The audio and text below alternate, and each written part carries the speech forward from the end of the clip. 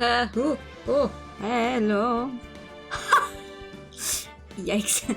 Hello. Hello. Good evening. Yikes. That was louder than I expected it to be. Anyway, hi. Good evening. Welcome. Thank you for the pad. Welcome to Wednesday, Ace Attorney. I'm so sorry. Welcome to Wednesday, Ace Attorney, because I was like, oh god, you know what? Actually, I feel more like Ace Attorney than I do any other game. So we're gonna continue playing Ace Attorney today. We didn't get terribly far in the newest case. Also, I do not know if I'm already in a good position or if I'm still going to be covering up the text box. We're gonna have to see that once we actually get into it. But we just started our newest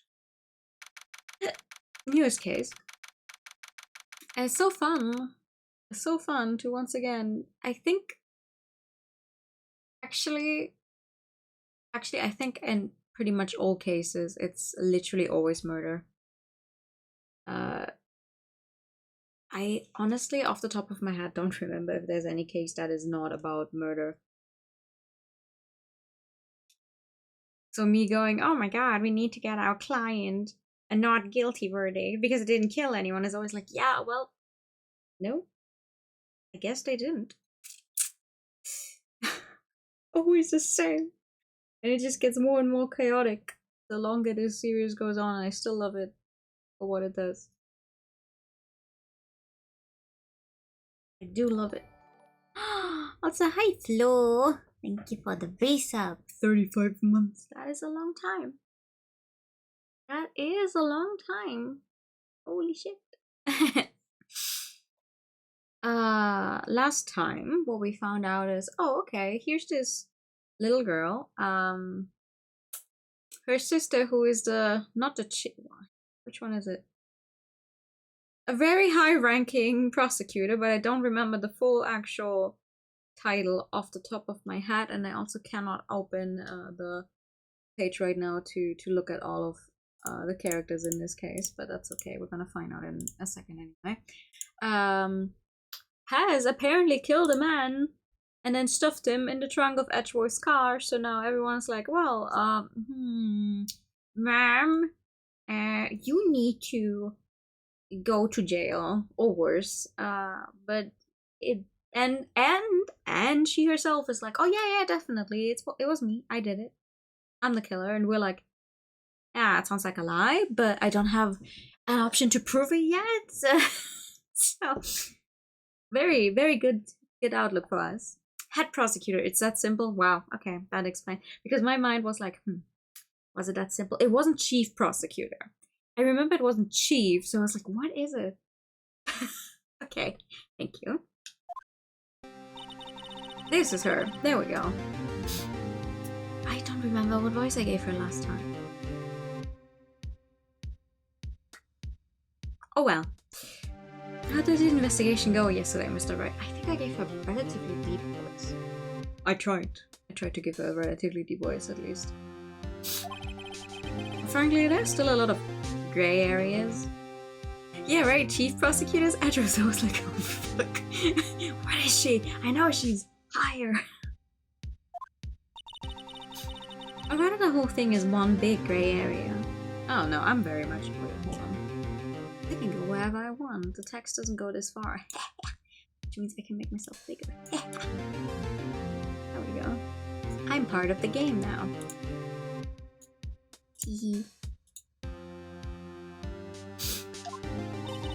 Don't worry about me, no matter what the outcome. I'm ready to accept my fate. I believe in you, sis. Mr. Wright, let me offer you a word of advice. Yes? A defense attorney should never believe their client.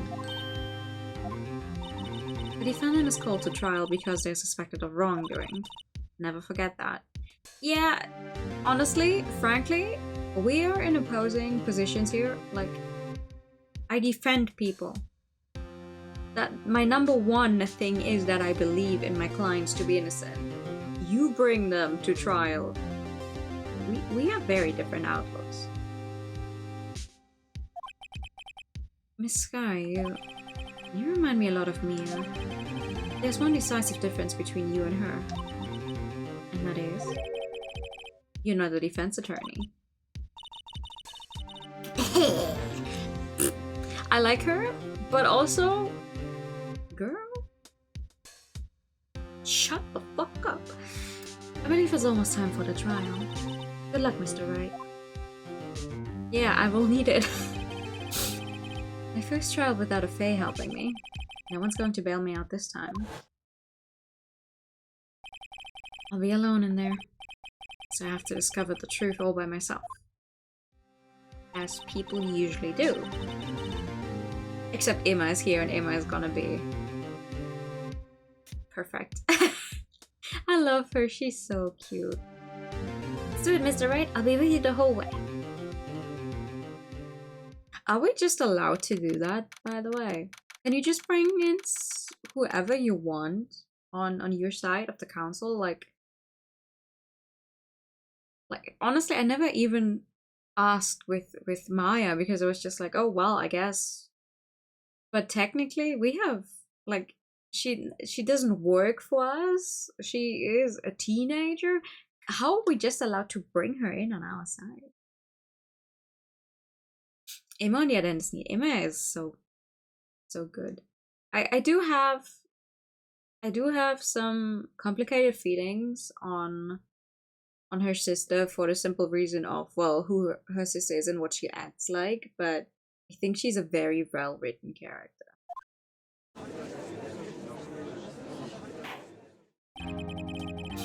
Court is now in session for the trial of Miss Lana Sky. Defense is ready, Your Honor. Prosecution has been ready for a while, Your Honor.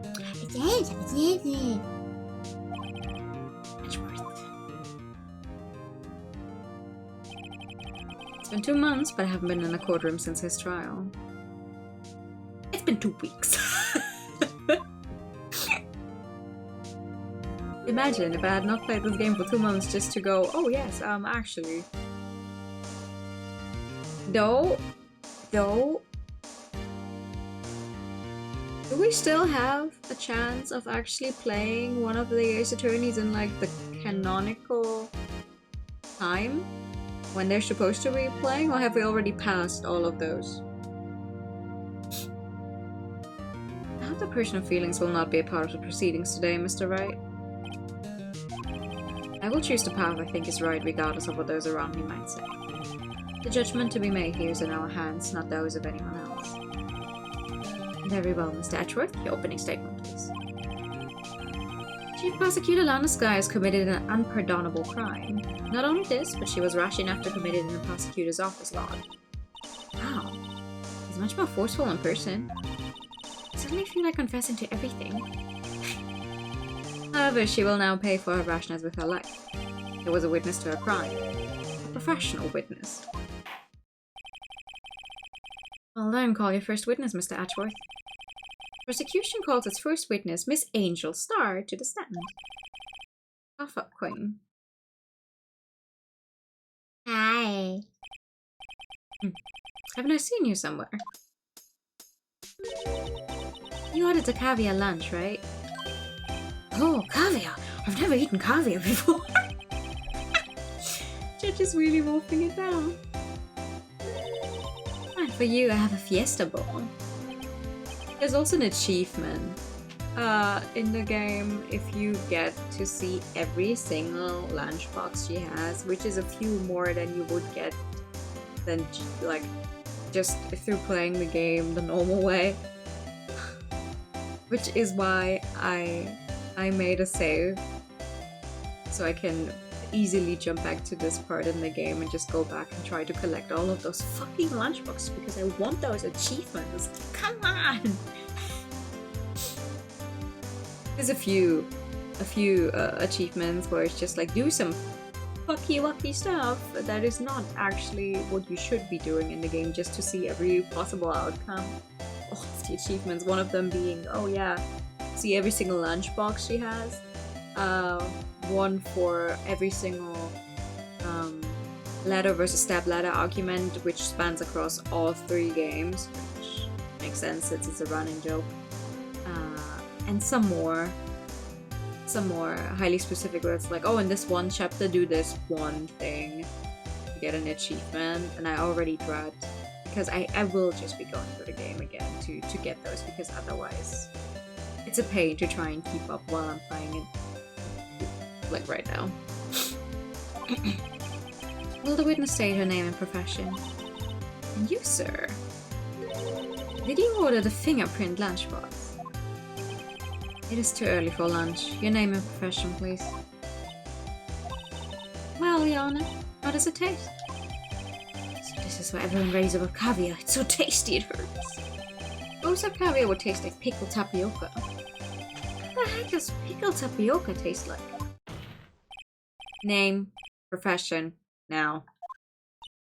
Me? The name is Angel Star. Don't go forgetting it. I find myself running Lunchland these days. Is that what you wanted me to say, Mr. Ashworth? Very well, witness. Please describe the incident to us. Prosecution will wait. I'm not finished eating. Hurry up! Very well, Mr. Ashworth. As you know, we usually call on the police to provide a description of the crime. Your Honor, as Mr. Ashworth has said to the court, I am a professional. Huh? What exactly does that mean? Until 2 years ago, Miss Angel Star was a special investigator with the police. Oh! See, forgot about that. Planning games and future Apollos in 2026. Oh, nice. Okay. Good. Because to be fair, you could play parts of those games. You could just wait and be like, haha, we're now playing it when it's actually taking place. We're just gonna play them right now. She was a first-rate homicide detective. What? Miss Stone was a detective? Ah! Hey, I know who you are. Alpha Queen Angel Star, Your Honor. Long time no see. Very well. You may continue with the description, Miss Star. Who is this lady? If I might have the court's attention over here. Parking lot at the prosecutor's office is divided into 2 blocks. A block is for the prosecutor office personnel. B block is for visitors and clients. A chain divider separates the 2 blocks. I suppose that's to keep visitors from taking up prosecutor spaces, yes. The crime took place by a car in the back of A block in the car's trunk. The killer stabbed the victim with his knife and went to drive the body out. Unfortunately for her, there was a witness and an arrest was made on the spot. And who was this valiant witness? Why, it was me, Your Honor. A parking lot with Edgeworth's car. Witness, did you see the very moment of the crime? Of course, Your Honor. Immediately after that, I apprehended the chief prosecutor. Seems rather cut and dry, doesn't it? Well, Mr. Wright, I can't agree in principle, Your Honor.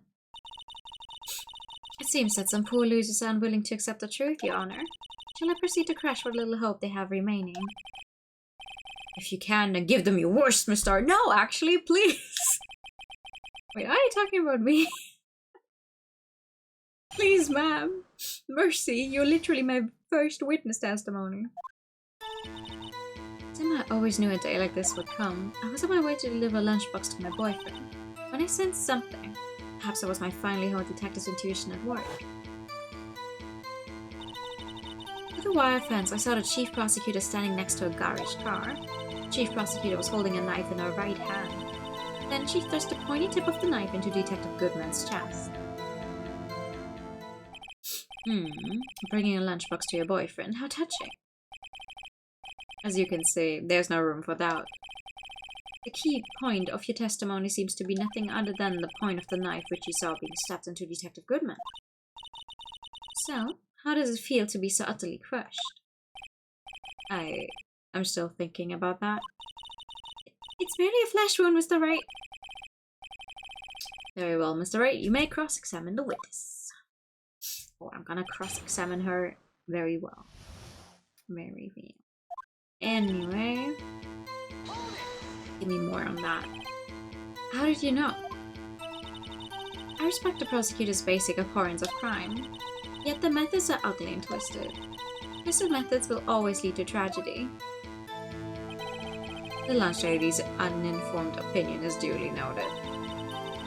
Given that they're used to erasing inconvenient evidence at their whim. Killing of a detective that knew too much is merely an extension of that. Mr. Do you have something personal against prosecutors? I felt that I had found my dream job when I became an investigator, and if I hadn't been laid off by those prosecutors over there, I'd still be one. Laid off? She was fired. To me, prosecutors are nothing more than worms. That said, I am a pro, as you know. My testimony is unbiased and flawless. Very well, you may continue, Miss Starr. Seems we've passed the initial trilogy. Yeah. Oh, what? You mean we have passed? We have passed the area in which Sherlock Holmes was supposedly alive? No way. When Japan opened the ports to, like, international waters? No. What?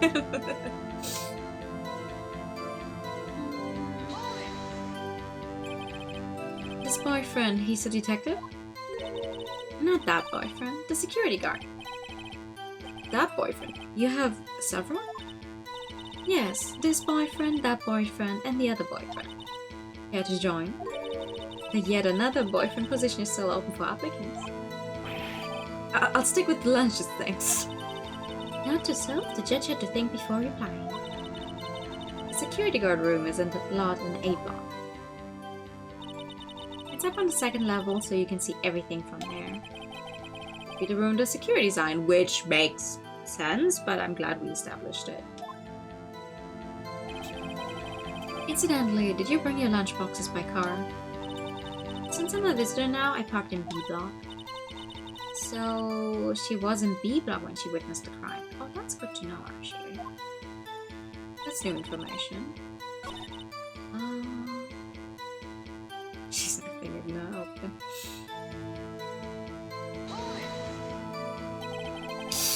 By garage car, you mean Mr. Edgeworth's car? Yes. Mr. Edgeworth? Incidentally, the knife with which the victim was stabbed was also Mr. Edgeworth's, wasn't it? Indeed it was. What an odd case this is. And the person you saw, you're sure it was the defendant? I saw her from no further than 30 feet away. How much is 30 feet? Stupid thing.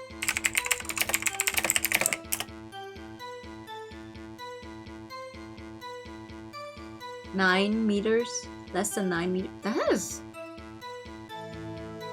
Okay. 9 meters.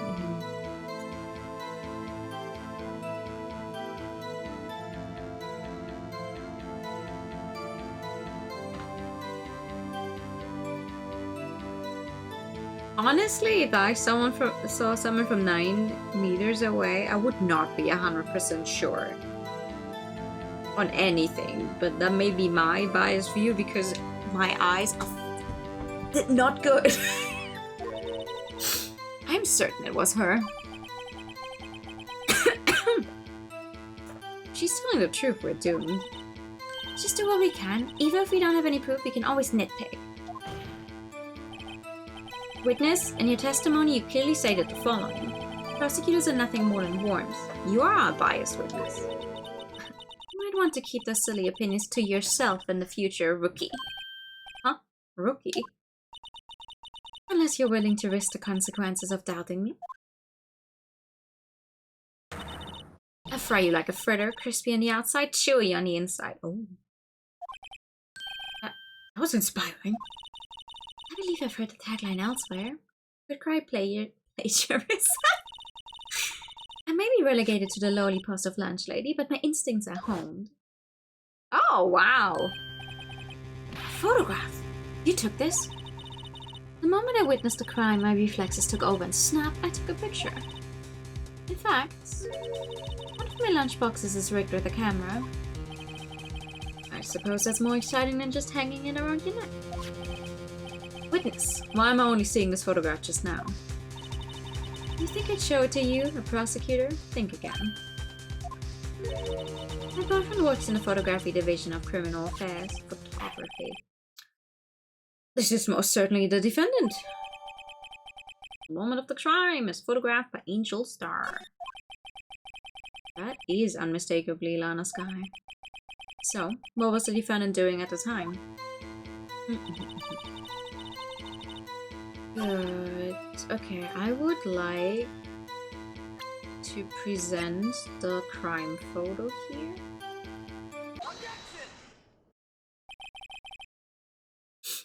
And you witnessed this. You saw Miss Sky stab the victim with the knife. As I've already said, yes. This was my finest salmon swirl lunch. I'm sure that is a fine lunch. But isn't that odd? Look at this photograph. This is the photograph you took of the very moment of the crime, is it not? Then why is Miss Sky not holding a knife?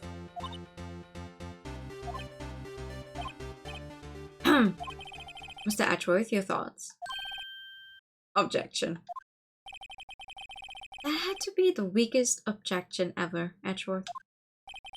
Yet it was still stronger than your ever feeble mind, Mr. Wright. What do you mean, Mr. Atchworth? This photograph was not taken the moment before the stabbing. This was taken the moment after the stabbing. Which will also explain all of the blood on the jacket? Question mark? How can you tell that?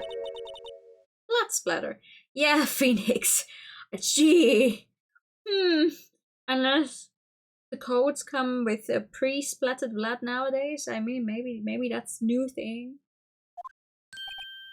Huh? See the dark crimson stains on a chief prosecutor's coat? That's a black and white photograph. Yes, it's hard to tell, but this could be blood. Well, Mr. Wright, I see no problem here. No problem, except you. Mr. Wright, are you going to just sit there and take that kind of abuse? Got a better idea? Objection. Wait, that contradicts what the witness said in her testimony. Namely, that she took the picture the moment she witnessed the crime. Well, it seems I was slightly unclear. My apologies. That's it? If you run out of lunch, you order seconds. Problem solved. If you don't like it, try ordering the jumbo-sized lunch from the get-go. Good advice. I'm not sure I understood it, but good advice. I didn't have time to stop her. Prosecutor Sky was cold, calculating like a robber. She killed without pain or remorse. It was a premeditated murder. Premeditated? How do you know? Look at the chief prosecutor's hands in that photograph. Those gloves. Surgical gloves made of thin rubber, most likely. Why would she have those on? If it was not premeditated, she would not be wearing those gloves.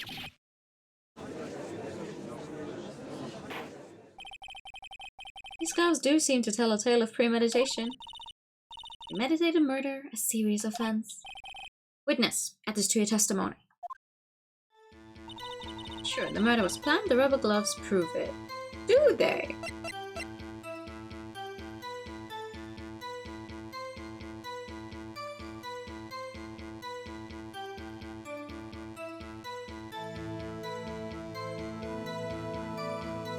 Traces of victim's blood, no prints. I mean, I guess, yeah, no prints.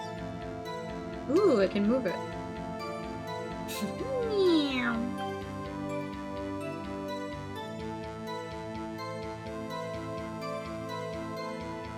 I like that this side is shiny and this one is not.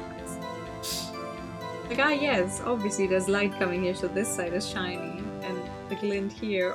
But there's not. Blood splatter. Must be the victim's blood, right? I thought Ashford cut himself peeling an apple. What's Edward doing with a knife like this anyway? Hey, maybe he spends his weekends roughing it in the wild. Edward, in the wild? I think my fruit peeling theory is more likely. Are you kidding? I always pictured him as an outdoorsman. There's a scary thought. Right. Sure, anyway. Oh. Witness, do you know what this is? Are you trying to test me? I sell box lunches for a living, you know? That's a knife. The knife. The knife that was in Mr. Edgeworth's trunk. Indeed, it is my knife. What's with this case? A murder weapon, a red car, all belonging to the prosecutor there? And is the chief prosecutor for the district, right? Mommy, are prosecutors bad people? Who brought the child in here?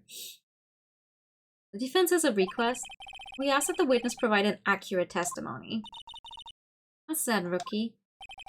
In your testimony, you stated that Lana Skye planned this murder, and that's why she was wearing those special gloves. Seems like a natural conclusion to me. The gloves do indicate planning. However, why would she not also prepare the most important thing, the murder weapon?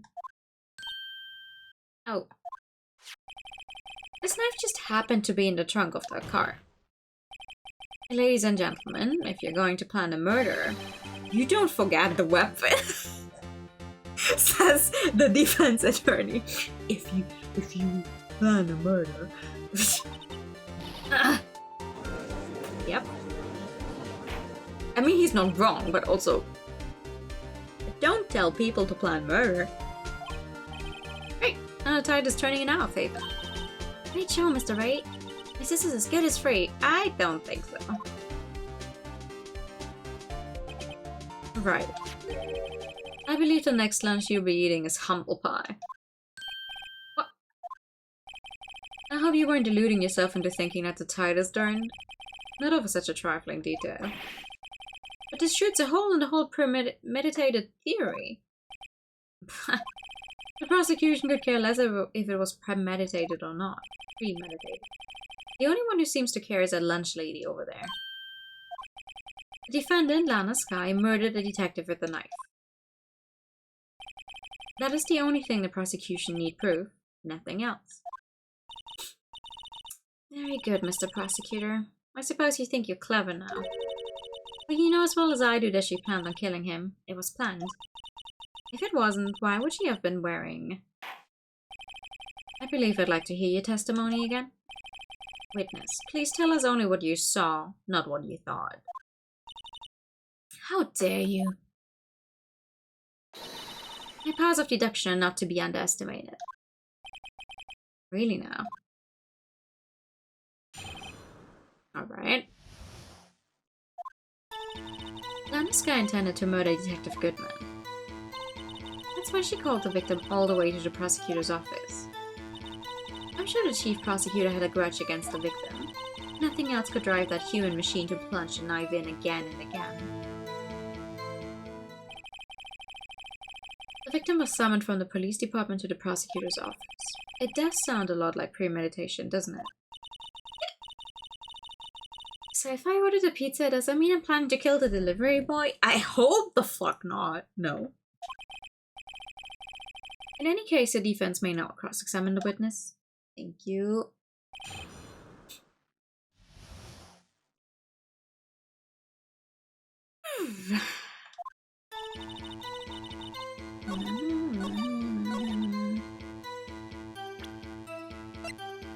Was he stabbed several times though?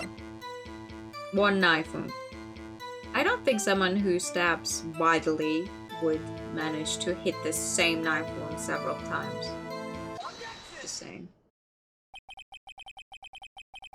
You say she stabbed him again and again, but you couldn't have witnessed that. Are you testing me? Then I'll test you. My moss surprise. Ew. I'm afraid the moss is growing under our feet as we wait, Miss Starr. What do you mean? I shouldn't have to explain this, but take a look. The autopsy report states that death was due to a loss of blood from one stab wound. Aha! You're right! Good show, Mr. Edgeworth. I was trying to show that! What a hunk! He's my hero, really. I call the objection for that. What about my objection? No one knows? Well, witness. You got the crime scene side, right? Oh, thanks. I always believed that no one could ever mistake ketchup for blood, but now I realize that such mistakes are possible. So, you're saying you mistook something for blood? When she lifted her knife, I thought I saw blood at her breast. Splattered blood from her victim. That's why I thought she must have stabbed him at least twice. Then tell us what you saw that you thought was blood. Testify. A red muffler looked like blood to me. That's how ghastly the whole scene was. What fucking muffler? You took a picture of her? She wasn't wearing one. Ah. Too bad I know where this is going. The witness is clearly not suited for detective work. What? The suspect was not wearing a scarf or muffler of any kind when she stabbed the victim. And you've proved it yourself with this photograph. Huh? But that can't be! But you took the picture yourself! Only a professional lunch lady could be so utterly clueless. Congratulations! Perhaps you finally found your true calling in life. Harsh words, but good. In the end, Mr. Edgeworth prevails. What was my objection, chopped liver? But it was there. A scarf. Not that, but something red, really. Well now, wait. The witness has given us an entertaining interlude, but back to business. What?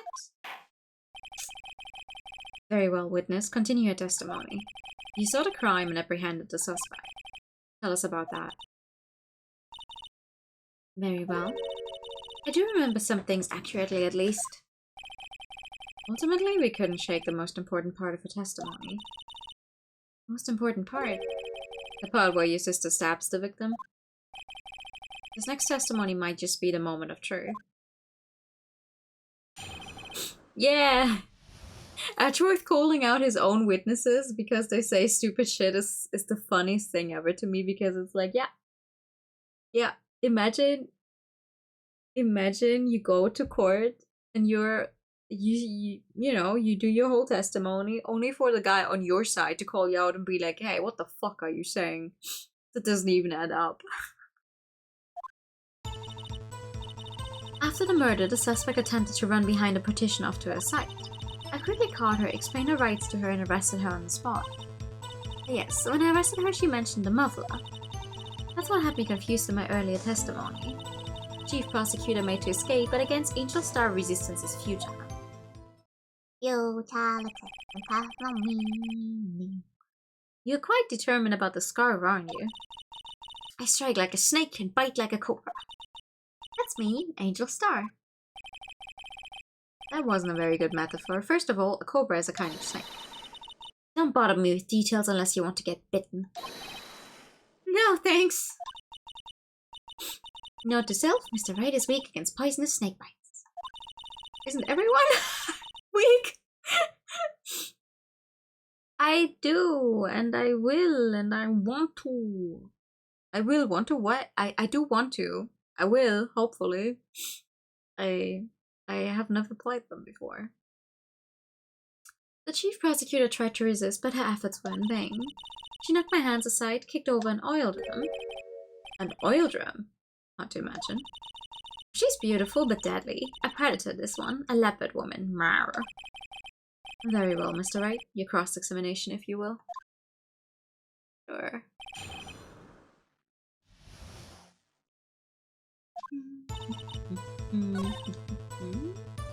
Are you even allowed to do that? You say quickly, were you close to the suspect?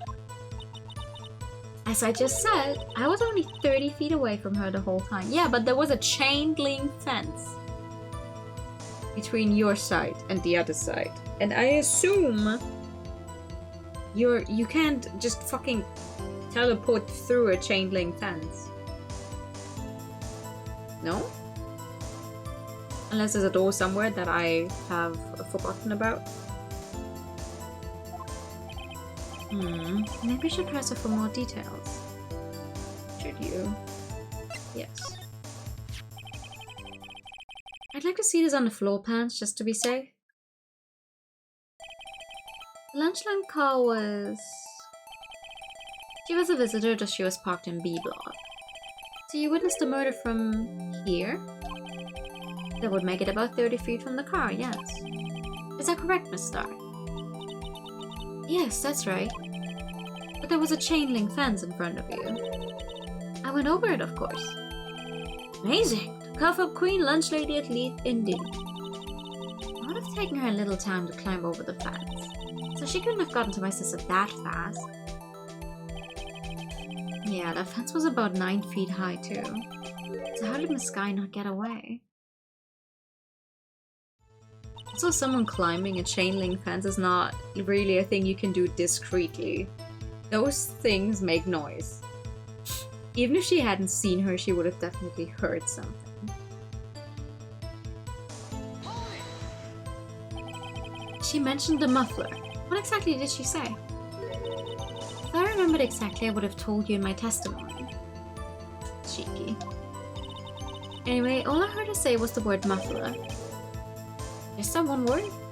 So, what you heard wasn't the suspect talking to you, but to someone else? Yes, the chief prosecutor was talking on her phone. Her phone? She can't mean... Ah. By phone, do you mean this cell phone discovered at the crime scene? Yes, ultimately. Ultimately? My memory... It's like a salmon heading upstream, you see. No, the court doesn't say, Miss Starr. The chief prosecutor first attempted to use the phone hanging on the wall. On the wall? That's right, near the car. There was an emergency phone on the wall. Apparently it was out of order. And so she used her cell phone? Indeed, the emergency phone was out of order that day. Good witnessing, witness. Good witnessing. Whatever happened to good testifying? You should, of course, add this to your testimony. Thanks indeed to please his rookie defense attorney. Word muffler was overheard during a call made to Emma at 5:18. I saw it all when she tried to phone on the wall, but had to use her cell instead. How the fuck would you be able to see her use a phone that was behind a wall? Just saying. If you were on that other side of the chain link fence. Mr. I have to conclude that you have a personal grudge against Miss Lana Sky. The witness is a former detective. Her testimony is unmarred by personal bias. You don't actually believe that. Well, I would have thought you would be my knight in shining armor, prosecutor. You who, together with the chief prosecutor, kicked me out 2 years ago. Well, Miss Starr, this is a fatal contradiction with your testimony. How do you explain this? I don't know what you're talking about. Mess with me, and I'll make you cough it all up. Huh. Let's look at the floor plans. You said you witnessed the crime from this point. However, if that's true, you couldn't possibly have seen Miss Guy making that phone call. I believe you see what I'm getting at. The emergency phone was on the back side of this partition. If indeed you were in B block, you couldn't have seen it. Yeah, baby.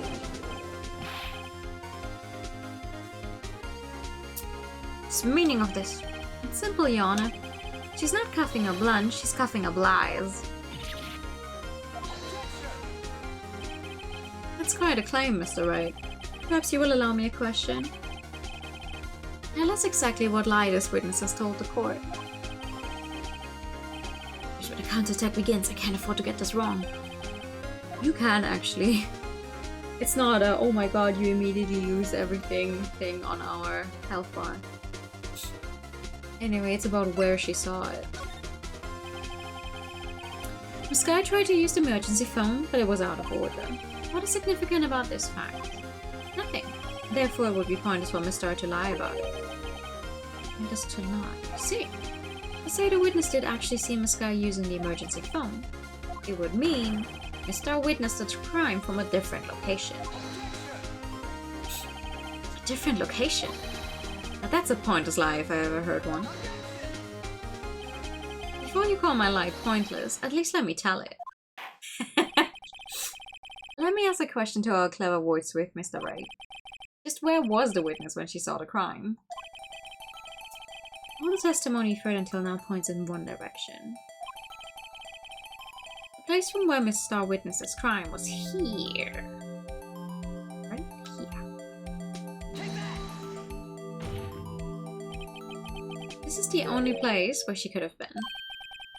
Security guard room. Indeed, the security room is in the underground parking lot is well positioned. It's built on the second floor so you can see the entire lot. She would have been able to see the emergency phone from there. Why there? There are many other places where she could have seen the phone. Not in this case, Your Honor. Witness not being part of the prosecutor's office couldn't park in A block. The only place where she could have seen the crime and the back of the partition is here. I remember in your testimony you said you brought a lunch to your boyfriend in the security guard room, yes? Actually, when I played this for the first time, I'm sorry, hold on. When I played this for the first time, I always thought to myself, like, couldn't she have just been around one of these cars and seen it from here? Like, but I realize now why they're like, oh no, this is not, because why would she be standing next to someone else's car? Because, oh, she's not allowed to park in here, so her car has to be somewhere else. And she wouldn't just be lingering around, I don't know, in the middle of the floor. But when I played this game for the first time, which was many years ago, I always thought, I mean, she could just be here and see everything, but I realize how nowadays why that wouldn't be brought up. Well, Miss Star, how many years have I been getting the better of man? I think that the tables could be turned. Today, man has got the better of Angel Star. Lana would have seen us standing there. I mean, yeah. My mind was just going, okay, well, if Lana is busy stabbing a guy, she wouldn't have seen someone behind her, but obviously once she actually runs through the phone, she definitely would have seen someone else standing there. But my initial thought was, I mean, she could have been down there on the floor.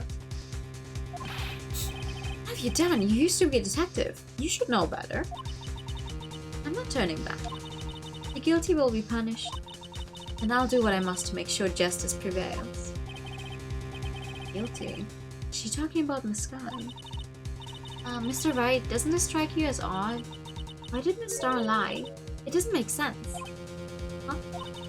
She could have just said she saw the crime from the security guard station.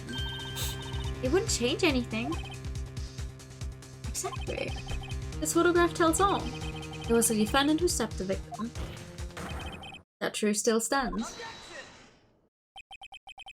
It still stands? I disagree, Mr. Edgeworth. What? If a witness is found to be lying, they're guilty of perjury. She knows this. She wouldn't risk that without a good reason. So tell us what her reason was, Mr. Wright. Huh? Me? Who else? Mr. Wright, let's review what we know. Estelle witnessed the crime from the security guard station. But she lied and said she saw it from B block. It must make a vital difference, but what? What would change?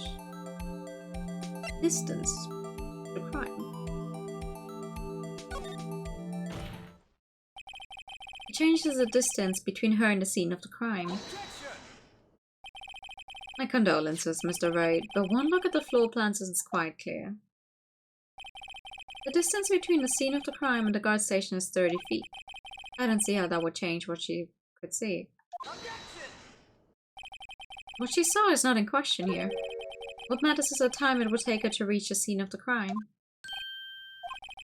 Miss Star, you witnessed the crime from the security guard station. Now, how long did it take you to go from there to the scene of the crime where you rested in the sky? Well, witness? Yes? You ordered the squid wheels, right? Quality of my lunches has gone from low to inedible. I was bringing a PB&J lunch with fresh boysenberry jam to my boyfriend. What? Peanut butter and jelly. The fuck is a boysenberry? Boysenberry for the boyfriend. He wasn't in the station, so I waited. I witnessed a crime from the glass wall station.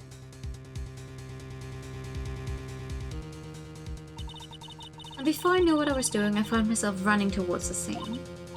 But the door was locked. I couldn't open it. Oh.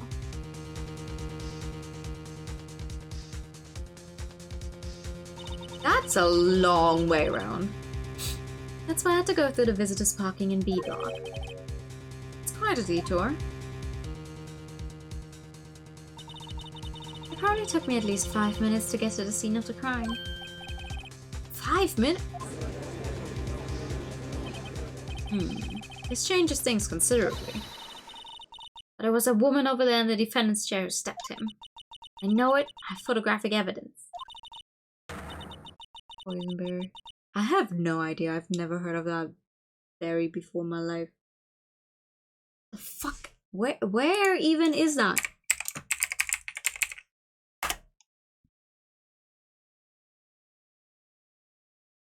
I have never seen that before in my life. Huh? It's a US American.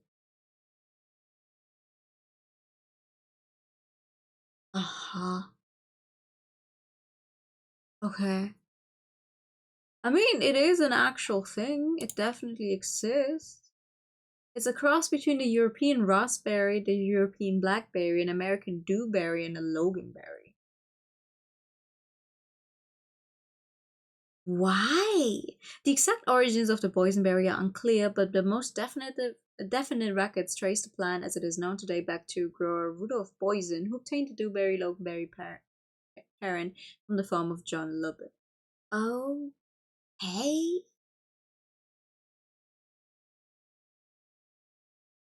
Sure. So it's just a raspberry or a blackberry, whichever one you like more, but with a few extra steps. I guess. You swear it on your finest plastic spork? That's nice. You have a point, and the spork is a wonderful invention. Would you like another caviar lunch?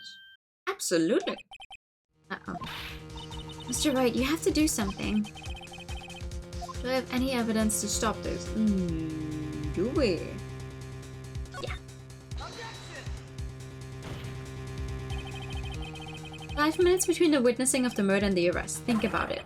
You could make pasta in that amount of time. If you like it al dente. I've got lunchboxes that tie pasta into knots, rookie. A 5-minute blank. Isn't that strange? Strange. If you were a criminal, what would you do with 5 minutes, Your Honor? Well, guess I'd flee the scene. Hey! Don't get the wrong idea. I didn't kill anyone. No one's saying that. But you have the instincts of a killer. You would run. But this time was different. Miss Wright dawdled at the scene of the crime. She even had a picture taken. No true criminal would act this way. It's inconceivable.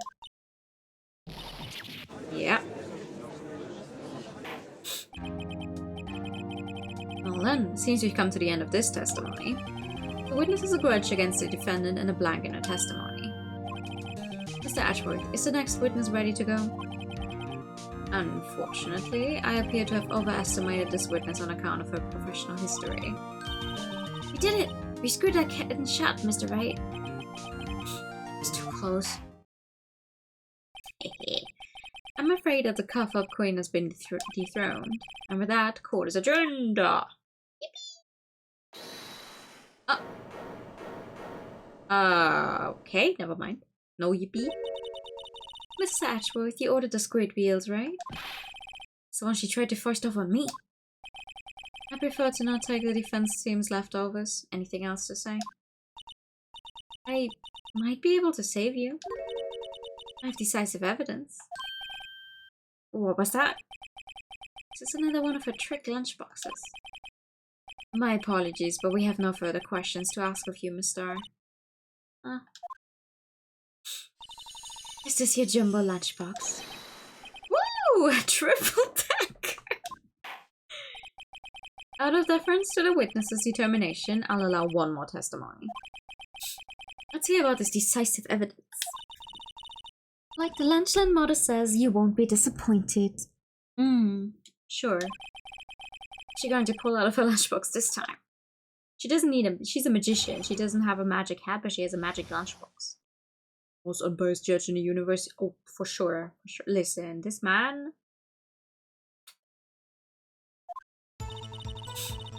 I should have mentioned those 5 minutes when I wasn't looking at the crime scene.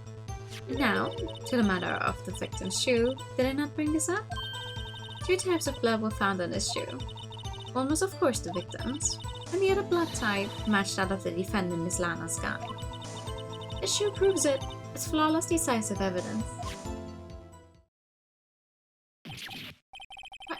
There was blood found on that shoe? Free lunch then for all your lunch and decisive evidence needs. He's just like me for real. Except I'm not a judge, but...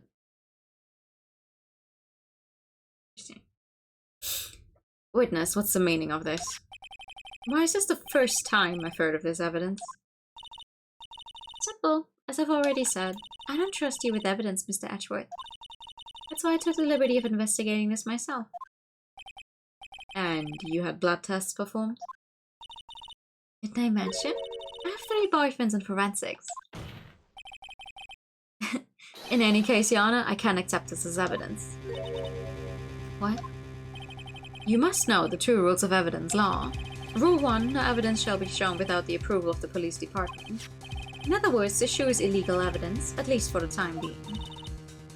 Is that right, Mr. Wright? Seems so. As we're sure celebrating.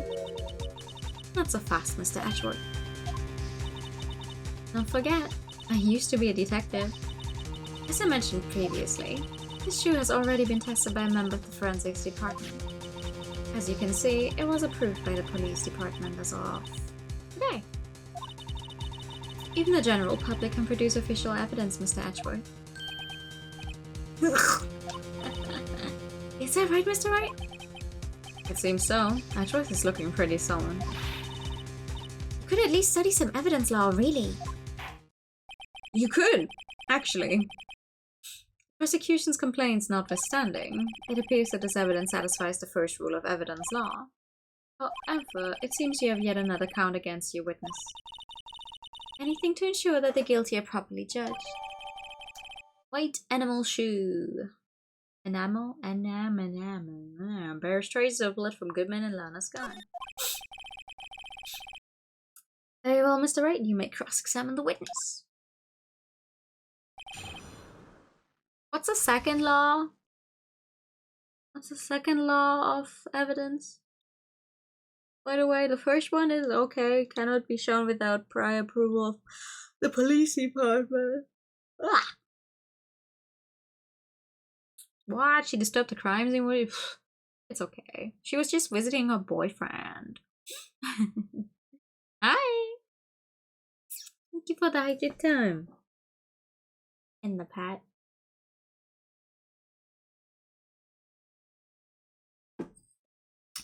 Yeah, listen. They didn't cast me, I'm so sad. They would cast Ed Sheeran for Pikachu, but not me? How dare they?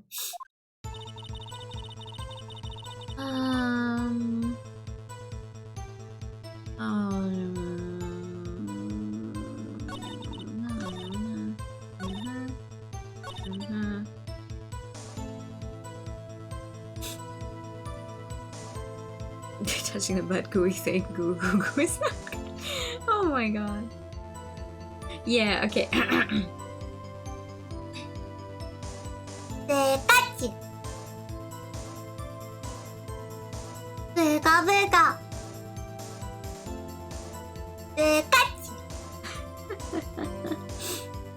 Without the approval of the police department, Rule 2, unregistered evidence present that must be relevant to the case and trial. Ah, yeah, okay. Can't let this evidence go through without a fight. Obviously, we're just talking about how it is here in Ace Attorney. You ordered the peppered fish guards, right? Absolutely not. Some like it hot, Mr. Wright.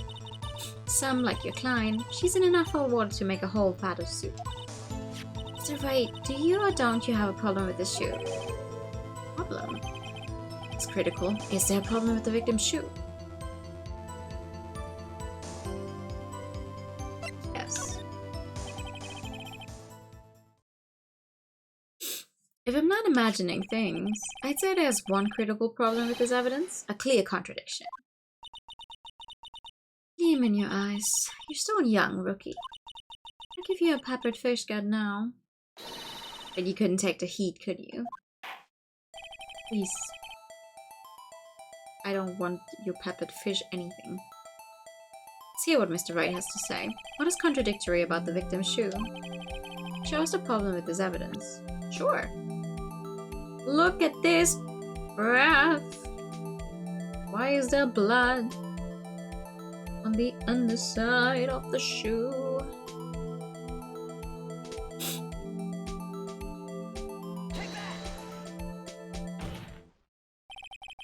I wonder if you noticed, there's blood on the bottom of the shoe.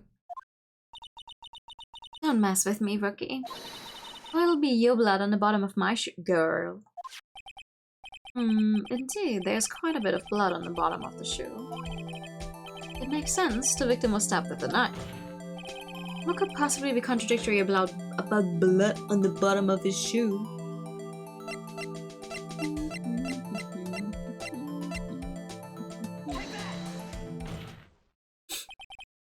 The problem lies in the footprint. The footprint? Note that the bottom of the victim's shoe is covered in blood. Then, isn't it strange? Why weren't any bloody footprints found by the scene of the crime? Aha! As you can see, there were no traces of any such footprints at the scene of the crime. That contradicts your claim about this shoe.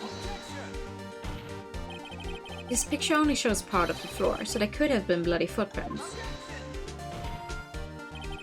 Then where are they, Mr. Edgeworth? Because we checked the scene and found nothing of the sort.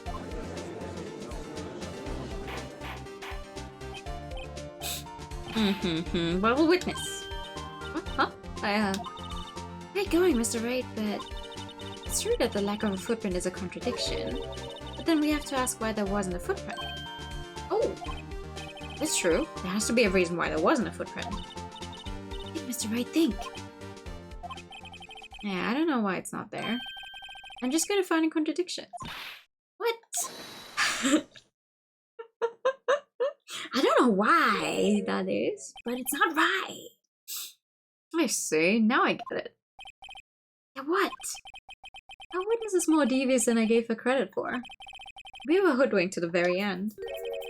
But she slipped. There's one vital hint to the truth in her testimony. What are you talking about? Think back to when she told us about apprehending the suspect. Chief Prosecutor tried to resist, but her efforts were in vain. She knocked my hands aside, kicked over an oil drum. She's beautiful but deadly. Accredited this one, a leopard woman. Blah blah blah. I thought it was a strange thing for the normally cool-headed chief to do. No kidding. Now, witness, allow me to ask a very simple question. This oil drum, was it empty? Oh, that. I'm not sure I like your attitude, Mr. Edgeworth. Though apparently you're not the slowest conveyor belt in the lunchbox factory. Witness. Well, was the oil drum empty? The oil drum kicked over by the chief prosecutor was brimming with water. Water? What does that mean? Still don't get it, Mr. Wright? You want to know the reason she knocked it over? The real reason? Ah, you don't mean... Yes, the suspect knocked over that oil drum for one reason and one reason alone. To erase the bloodstains that would become evidence against her.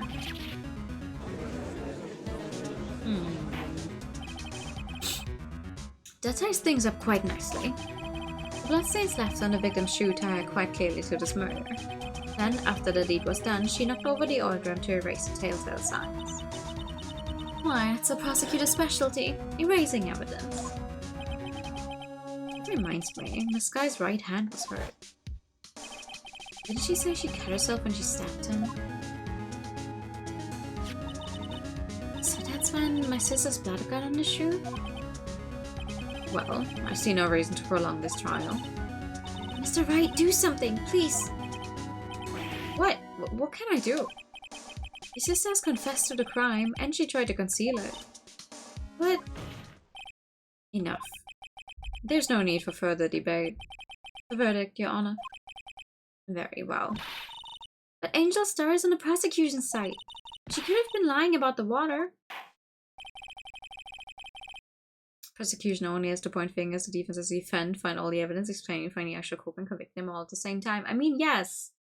But that's because the entire legal system in Ace Attorney is like guilty until proven innocent. So as soon as they point fingers, they have done the work. If we cannot contradict their pointing and also explain away all of it, it's always going to be, oh, well, no. We had enough reason to suspect you in the first place, so you're guilty.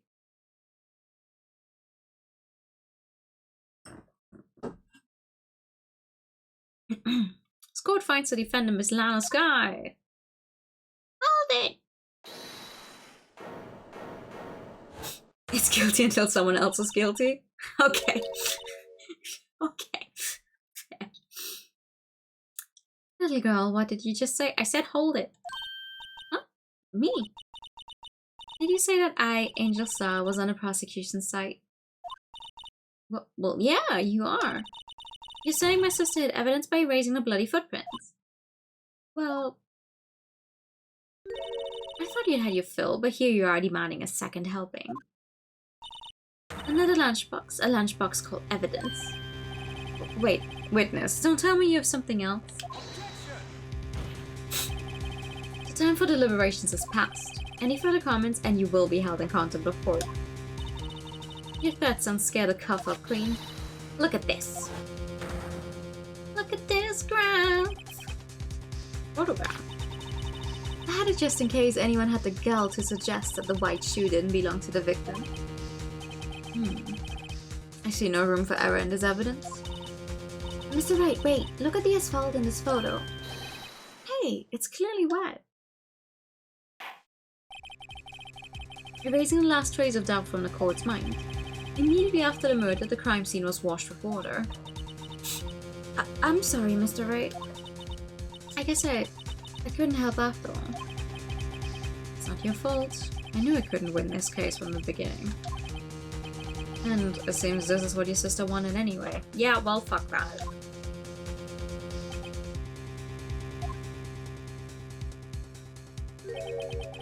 I'm sorry, Mia. Phoenix, believe in yourself. It's not over yet. Right, why not? Don't be so quick to throw in the towel. Pick yourself up off the asphalt. Take another good look. Don't give up. Not until the bitter end. This is the last piece of evidence. Very well. This time I'd like to declare a verdict for good. There's a fucking 2 seconds of waiting. And then, objection! Your Honor, wait. What is it with you people? Can I hand down my verdicts in peace anymore? Whatever it is, can it wait? No, it can't. Then it will be too late. Look at this photograph, the last one submitted. This trial isn't over until we give each piece of evidence proper consideration. So, right. Are you saying there's a problem with this latest piece of evidence? Yeah. I'll think later. Yeah, there's a problem. Right or wrong, I've got to go ahead with this.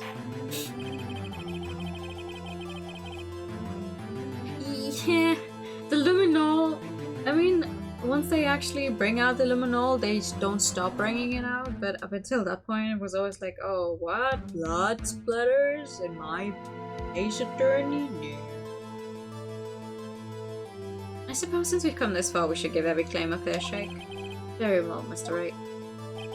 Show the court the problem in this photograph. Look at this. What is that? The problem in this photograph is here. What's this? Something poking out of the car's muffler. Wait just a moment, Mr. Edgeworth. Iana, you just said muffler. However, I see no trace of a muffler or scarf of any kind in this photograph. A muffler is also part of on a car or motorcycle, Iana. Just think of it as part of the exhaust system, a pipe. I see. What's a suspicious-looking claw sticking out of the car's muffler? What if there's something sticking out of the muffler? What does that have to do with this case? Nothing. Absolutely nothing. Are you stupid? You were going on and on about the muffler like 5 minutes ago. Sorry, Miss Darby, it's not going to be that easy. In fact, you've already told us why this is important to the case. You said as much in your testimony. What? Let's hear what Mr. Wright has on his mind. Tell us why you think this piece of cloth in the muffler is related to this case. Jesus fucking Christ. Miss Starr, recall your testimony for the court? When I arrested her, she mentioned the muffler. That's what had me confused in my earlier testimony. Muffler? Ah! Yeah. Could it be that the muffler you heard mentioned was actually this exhaust pipe? If so, that means this piece of cloth is vital evidence. Yeah.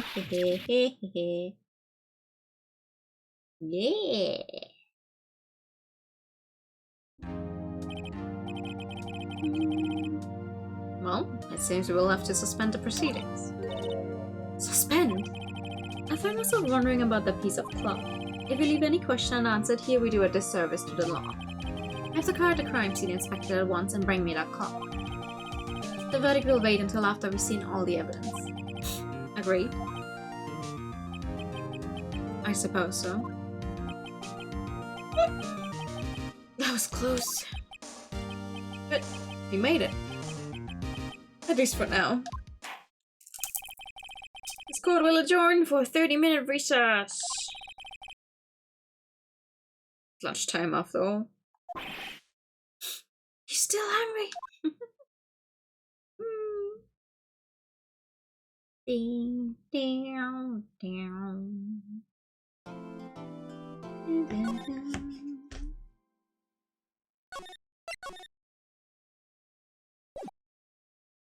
This case is so long. We haven't even gotten into the meat of it. Like, this is very much still the beginning of the case. For anyone who thought, honestly, the DL6 is actually over so quickly, like Christmas and DL6, even though it feels long when you play it. But this one, oi, oi, oi. We're not even done with day one yet. This thing is straight. Exactly. We will make it through day one. Yes, I highly fucking doubt we'll actually be able to make it through the entirety of day two. Mr. Wright? Huh? What? Are trials always like this with you? Like, you're swimming up from the bottom of a lake about to reach the surface, but no matter how hard you paddle, you never seem to get there? Pretty much. Except today we're swimming in quicksand. So what happened to your sister anyway? Apparently she got called off to the judge's chambers. Probably something to do with that piece of cloth. So, this is where we turn this trial around, right? Our only weapon, a tiny, insignificant piece of cloth. I'm the one who's starting to feel tiny and insignificant, to tell the truth. Hola, partner! They say you show a red cloth to a bowl, it'll fire up its temper. That's what they told me when I was a young'un, at least. Officer Marshall. Thought I'd come take a look, see how the trial's going. Looks like I'm late. You got the home ranch locked down tighter than a fort in enemy territory. That hard to slip out, huh? What's going on over there anyway? All the police have seen these last 2 days have been really on edge. Don't you got enough on your plate without worrying about other people, compadre? Could be worrying about the chief prosecutor's taste in mufflers, for example. Officer Marshall, the whole muffler thing didn't have anything to do with scarves. She wasn't even wearing a scarf. You don't say. No, don't that just beat all. I've seen the red breeze blow at her slender neck many a time. I saw it that day too. She was wearing a red muffler. At the award ceremony that afternoon, Edgeworth's seen it too, I'd reckon. What does that mean? It's a double muffler! In the photograph taken at the crime scene, she wasn't wearing a scarf.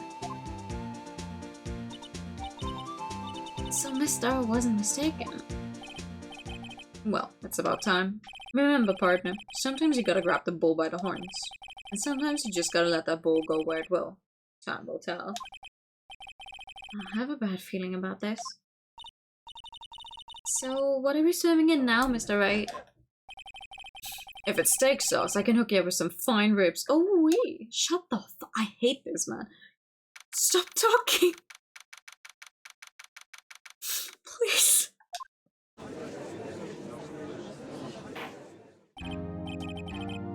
The muffler being the thing in the muffler? No, listen. We just established like 2 minutes ago that the muffler is the exhaust pipe, so clearly that piece of clothing, or a piece of cloth, that we don't actually know for sure what it is, yes, could be the muffler.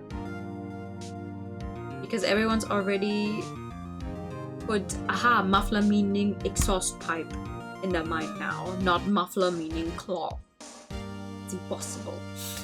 I'd like to resume. What's up? Judge keeps looking over at the prosecution. Oh. Is something wrong, Mr. Edgeworth? Your face is blue, your lips are purple, you're sweating bullets. The furrowed brow, those grinding teeth, those watery eyes. What's more, your eyes are unfocused, you're doubled over, your back is bent. It can't be! This can't happen! I wonder what happened to Mr. Edgeworth. We will find out. Well then, I believe it is time we continued on with this trial. During our recess, I had requested that the prosecution conduct an investigation. This is unacceptable! It seems our prosecutor is quite beside himself. Excuse me, knock knock? Who's there? Oh, that was the wrong voice. Sorry! Excuse me, knock knock! Oh my god, I forgot he showed up this early. What's with this guy? Strange stuffy aura seems to be filling the courtroom. I have to give him that voice for the rest of the fucking trial now. Excuse me, knock knock. My name's Gant. Hey, the temperature rose 5.7 degrees when a man came in. Who on earth is he? Wait if I'll put up a voice together. It's you. Hey. Can you stop slow blinking at me? Please. Oh! Sorry I'm late, Aji. The roads were packed. It's just me. Long time no see, eh, Aji? How you been? So much these days. Hello. No, I've been so busy. Busy, smizzy, Aji, my boy. You have to make time to relax. Yes, indeed. Aji seems to be his nickname for the judge. I'm afraid you're right. Very afraid. Sorry, but who are you? So you're right though, the attorney. Ever good things about you, son. Yeah, thanks? So sorry about our little worthy giving you all that trouble, eh? You know, we should all go swimming together sometime, jolly. Little worthy? Mr. Wright, you don't know the district chief of police? Chief of police? He's the top-ranking police officer in the entire district.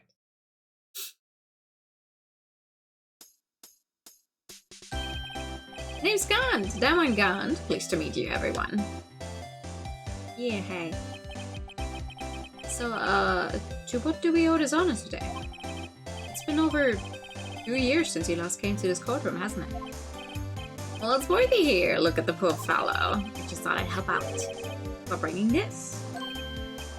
Hey, that's my sister's muffler.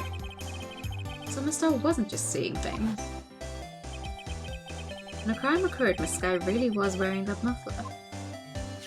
Do you think that it was stuffed into that exhaust pipe? A little Worthy's car, no less.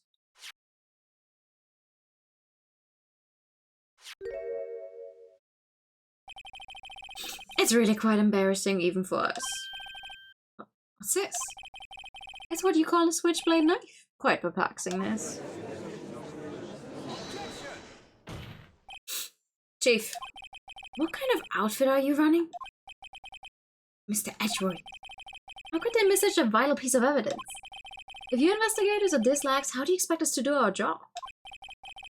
No, wait a minute, Worthy. I've no desire to hear your excuses. I'm telling you to wait. Or didn't you hear me? Have a look at this document where it says person in charge of investigation. There's no mistaking that signature, is there? Mouths Edgeworth. That's not fair. On the day of the crime, you had in the clouds because you got that award. I know how you feel. Well, you're the person in charge. I'll expect a written apology. What? Are you serious? Don't be too upset. We'll find a way to clean up this mess that you made. This is the first time I've seen Mr. Edgeworth at a loss for words. It's kind of major blunders unlike you, Mr. Edgeworth. The court accepts this new evidence.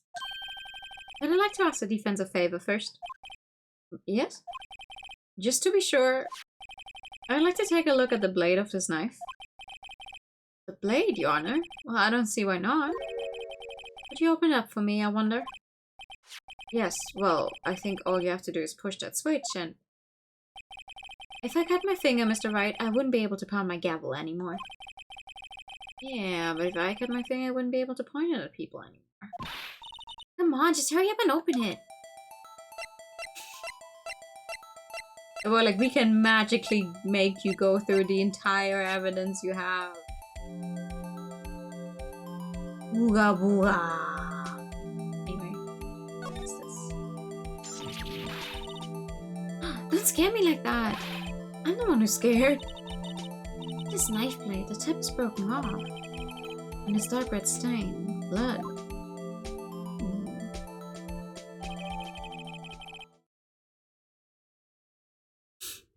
At a crime scene, wrapped in a defendant's muffler, a small tag attached. This does not excuse the actions of the police department. I would like to hear an explanation from the chief of police himself.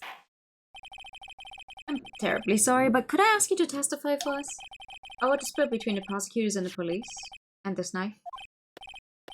Sure thing, not a problem. Not even a little one, really. He's so orange. He's so orange. This knife is special, but I can't say how here. Unless there's evidence to prove a connection between this knife and Goodman. It was a bad day for the department. We weren't in any shape to do an investigation. The detective was killed at the police department, see? What a mess. Time of the crime, 5:15. Scary coincidence, eh? He's not officially linked to this here case, so I can't talk much about it. I mean, I could link it for you if you give me like 5 minutes? 5 more minutes and I can link it.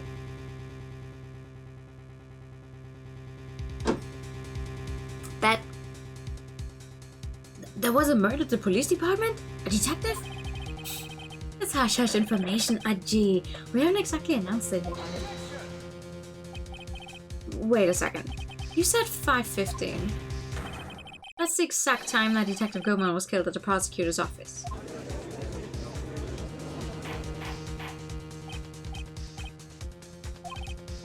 Anyway, we at the department were all a fluster, as you might well assume. We're in the middle of a top secret investigation. Don't tell anyone, okay? I think we understand the police department situation. Well, Mr. Wright. Two detectives killed at the same time in two different places. Inquest open. Chances of that are really slim, scientifically speaking, of course. I'd like to exercise my right to cross-examine the witness. Very well. However, keep your questions focused on the case at hand. I'll try. I will not promise, but I will try.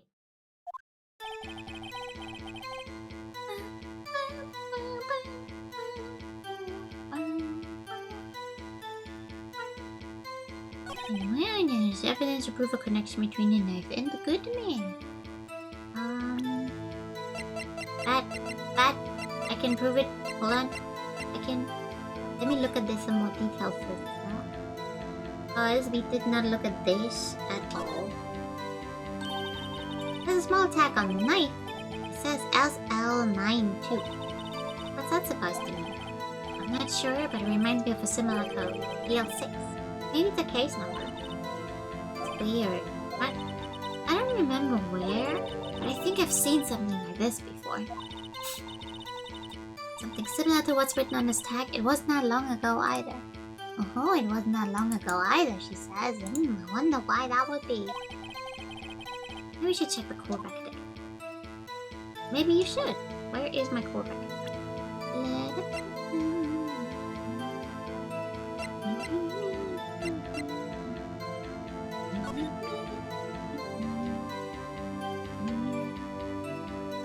Yeah, if you turn this one around, it says SL9. If you go SL9, it's just the other way around and I cannot turn it.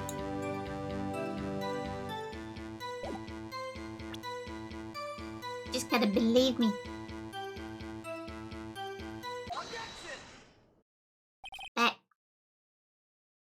Wait a second. At last, an honest to goodness objection. This knife, this has to have something to do with Detective Goodman. What do you mean? Ha! Honest to goodness, what do you mean, Fumaji? This is great. Look at the tag on this knife. It reads SL9 too. And this is important, why? Over here, we also have a memo that was on the body of the victim. What's this? 6 minus 7s, 12 2? Your Honor, it's upside down. Upside. Printed name on the memo makes it look like it's right side up. But turn it around and what do you get? Ooh. Whoever wrote this note was holding the paper upside down. SL9, that's the same thing that's written on the knife's tag. Yep, sure is. Well, Chief. Oh well. I guess the cat's out of the bag. You win, Brado. I win? What game is this guy playing? His knife was evidence in the case. It was stolen from the department's evidence room. Ooh.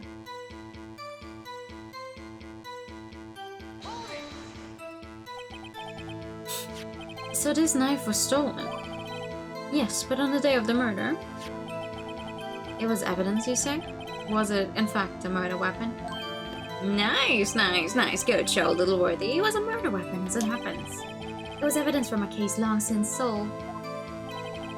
His knife was stolen on the day of the murder, and it was found in the exhaust pipe of Edgeworth's car. I don't think there isn't a connection there. It was a bad day for the department. We weren't in any shape to do an investigation. The detective was killed by the police. Yeah, okay, you just made this one.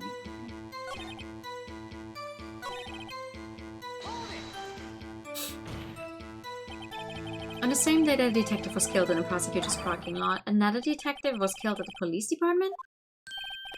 That's a fact. Surprising, isn't it, Aji? I'm at a loss for words. And the perpetrator? Do you have a suspect? Well, there was a suspect. Just arrested him, in fact.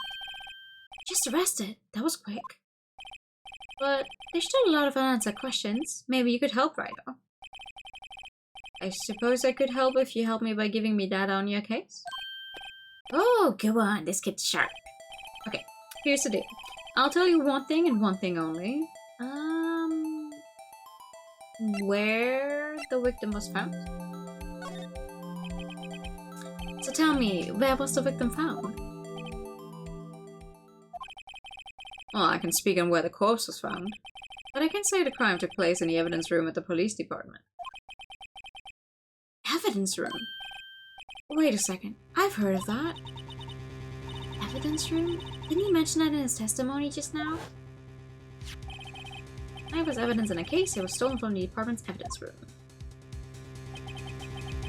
There's the connection between the two cases. You seem happy, Mr. Wright. Happy? You just got handed out a ticket to go to town on this case. With the link between the two cases established, we finally have some leverage. Now we can get Gunn to testify about the details. It's officially linked to this case, so I can't talk much about it.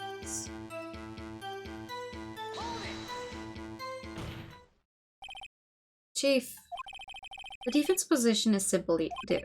The connection between these two cases has already been proven. You don't say? Well, out with it, Wright. What's your connection? Yes, out with it, Wright. Mr. Wright. The connection is a place mentioned in the testimony we just heard. The knife found in the lot was stolen from the police department's evidence room.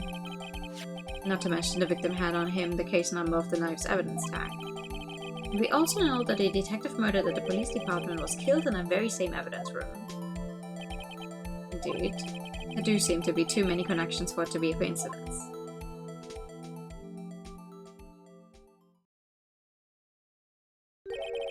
You two make a good pair. It took my man 2 days to find out what you deduced right here. Chief, I request that you release your information on the victim at the police department. See, that's the tricky part. It hasn't been announced yet and all. Can we get the information unofficially? Sure, why not? It's unofficial after all. But really? Who would have guessed? Operate, but I can't reveal the name of the victim at the apartment, okay? Okay. If you're going to tell us a little, why not tell us everything? Ah, well, case information is sticky stuff. You have to do everything properly.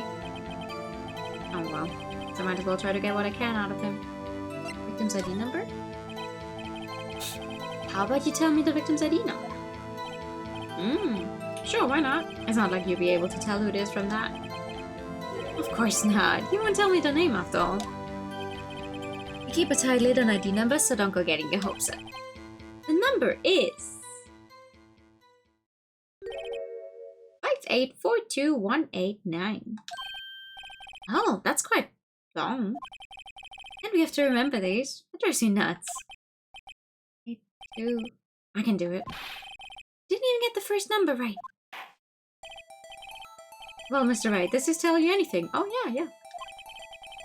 The ID number of the victim at the police department, 5842189, tells me something. Actually, it does, Your Honor. It does. I think. Meaning? It has to be what I think it is. What does this mean? Let's see what the defense has to say. You say the ID number of the detective who was murdered at the police department. It tells you something. What does it tell you? Well, behold! Witness.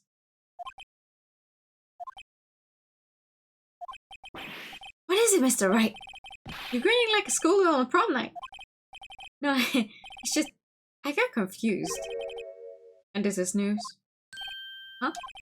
Just come out with both guns blazing, like you always do.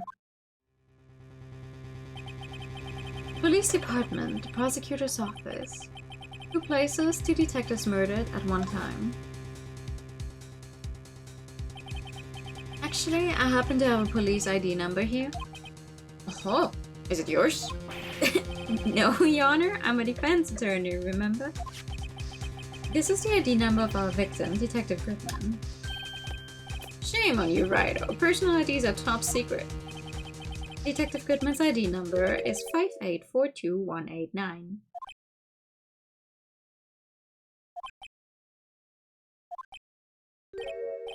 And this means what exactly? Huh? Wait, the ID number we heard from the chief earlier. That started with 8. I forgot. Didn't even get the first number right.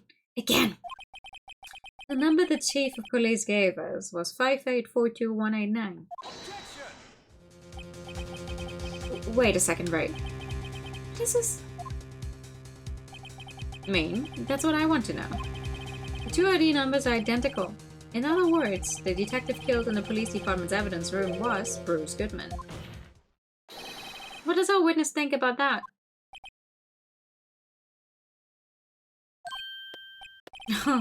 Sharp as a tack, Ryder. Sharp as a tack. But wait, Detective Goodman is our victim. He was killed at 5:15 in the underground parking lot. Yet, a Detective Bruce Goodman was also killed at the police department, in the evidence room, at the exact same time.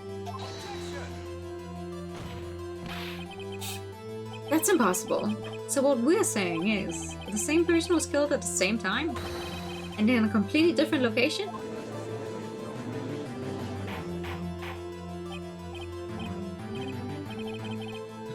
This is me. Yeah, haha. No, what I want to know is, why didn't I hear about this? Yes, it's top secret, fine, but I'm the prosecutor in charge of the case. Now, just wait a second with me. No need to get all flustered. Your Honor, the police department has made a grave error in this case. Wait. I said wait. Didn't you hear me? The oversight, the grave error, Mr. Edgeworth. They're yours. What? How they... We informed you yesterday. I believe it was our officer Meekins who brought you the news. Mr. Meekins? Mr. Wright, where have you heard that name before? Yeah!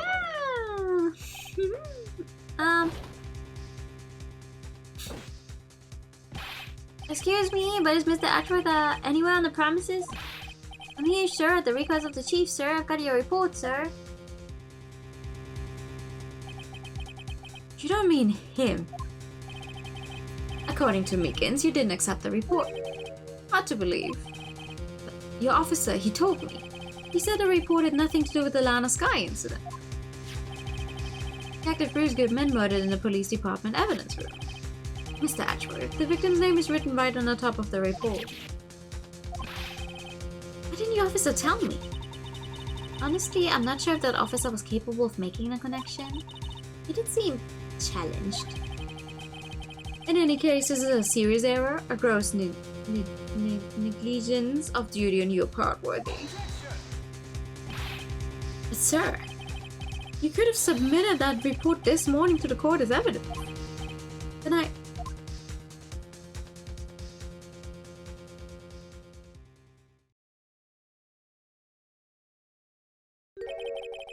No such luck this time, Worthy. Or should I say, unworthy. What? Now, what was the second rule of evidence law? Well, Mr. Wright. Huh? Oh, well, it's, Rule 2. Unregistered evidence presented must be relevant to the case on trial. And how is this rule relevant? Normally, you submit a list of evidence to be used in court before the trial. This report wasn't on that list. So, what does this mean? I couldn't submit this evidence until a connection was proven in court. The connection was just proven by Righto over here. Good job, Righto, my boy. Huh? I was just doing my job. No. No! Yes! Hehe. Well, we're feeling very gleeful right now. It's like, yay, we made a connection, woo! Not gonna last forever though. It seems we've come to the end of this trial. I know you're going through a tough time, Worthy, with all those rumors. You were even in the defendant's chair just this past December. apologize for this terrible lack of due diligence on my part. Mr. Edgeworth, please, just give me one day. I'll get to the bottom of what happened. If it's the last thing I do. You better get results this time. Really? You have my profound apologies, sir. Oh, Mr. Edgeworth. I don't think there's ever been an error this serious in the history of this court. I will grant 1 further day as the prosecution has requested. Will that be sufficient, Mr. Ashworth? Yes, Your Honor. Thank you. Whatever your punishment for this is, for your sake, I hope it's not decisive. I mean, it for sure is. It's just an asshole move. It's like, oh, you didn't accept our report when we sent over Officer Meekins, who didn't know left from right and obviously didn't know how to talk to you. And now I'm going to make everything here your fault. Ha ha ha.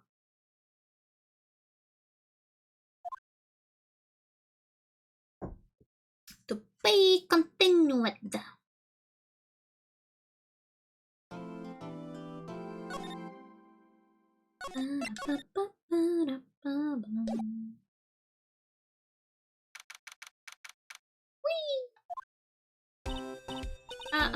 Mr. Wright, so what's going on with the case anyway? I'm a little confused. Huh? Well, let's see. What is going on? The victim, Detective Bruce Goodman, was stabbed to death after 5 p.m. on the 21st. He died in the prosecutor's parking lot and the police department's evidence room. What's this and the evidence room part? The prosecutor's office and the police department are 30 minutes apart by car. Well, that's what we're going to find out. Or try to, at least. Alright, let's do it. Yeah, she's in good spirits, but I'm not sure she's going to be much help with this. Don't be so sure, Mr. Wright. Huh? Look, we're in this together, right? I'll prove that these thick-rimmed glasses of mine aren't just for show. Let's go. Science awaits us. Since everyone of this case is just stupid. Everyone in this case is just like, oh, I don't like this guy. So I'm gonna do everything in my power to make his life harder. And this just keeps going around in circles. You know, I really don't think we should worry about the police department murder. There wasn't even a body found there. Who cares? Yeah, it was only a victim who was killed in the evidence room. No biggie. Besides, my sister would never do such a thing. I know it. The order, blah blah blah, yeah. Science awaits us! Sounds like a sacrifice to some god about to be. Science! My sister erasing evidence at the crime scene? Never. Even though she says that they don't get along, Emma really... Even though she says that they don't get along, Emma really likes her sister. That's not it at all. It's just... we're both professionals at what we do and I trust her. Big words for a high school student. Well, whether there was blood on the floor or not, the warden at Aldrin washed it all away. Ignore the strength of my signs at your own peril, Mr. Wright. What's that grin for? The situation calls for one thing, and that is... luminol testing fluid! There it is. Luminol?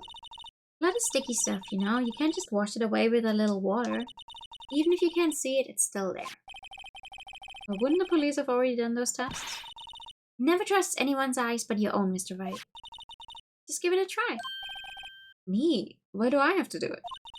I'm a minor. I can't even drink yet. We're testing bloodstains with the stuff, not drinking it. Here, look. I'll lend you these glasses. Huh? You had an extra pair of those things? Yay! Just for blood reaction, just spray the luminol on it. Like this, see? Press enter to spray it on. Okay, let's find us some bloodstains. Yay! Pew, pew, pew, pew.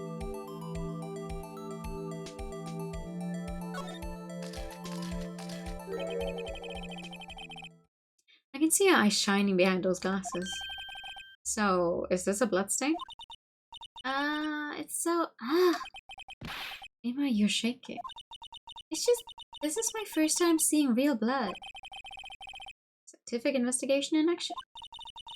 Okay, well, We definitely know that this is a bloodstain, but doesn't something strike you as odd? Scientifically speaking, of course. What's odd about this, scientifically?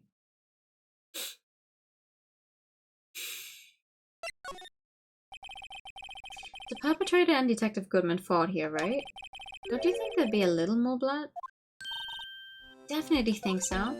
I mean, look at all the blood on the sole of the victim's shoe. It's pretty strange. If they fought here, there have to have been more blood than this. Hey, Mr. Wright. I'm gonna mark up the floor plans when we find a bloodstain, okay? Yeah, sounds like a plan. See, I'm pretty handy to have around, right? Yeah, and this stuff's pretty handy too. I saved up my allowance to buy that. Cool. Thanks, blood trace. It's free to use. We can't be sure that the police will reveal all the evidence in court. Sometimes they fail to mention evidence that doesn't fit with their view of the case. Let's drag that hidden evidence out into the light of day. Yeah. Feels like we're really investigating a crime now, doesn't it? I should give this a spray on anything suspicious. Huh. Hi. I wonder how a fluid of yours would react to a nice daily box. A star. You only trust your own eyes, hmm? Not bad, you two. Oh! This day-old daily box is on the house? It looks good. It does look good though, even if it's a day old. Sorry, it's just the kind of lesion doesn't really get my mouth watering.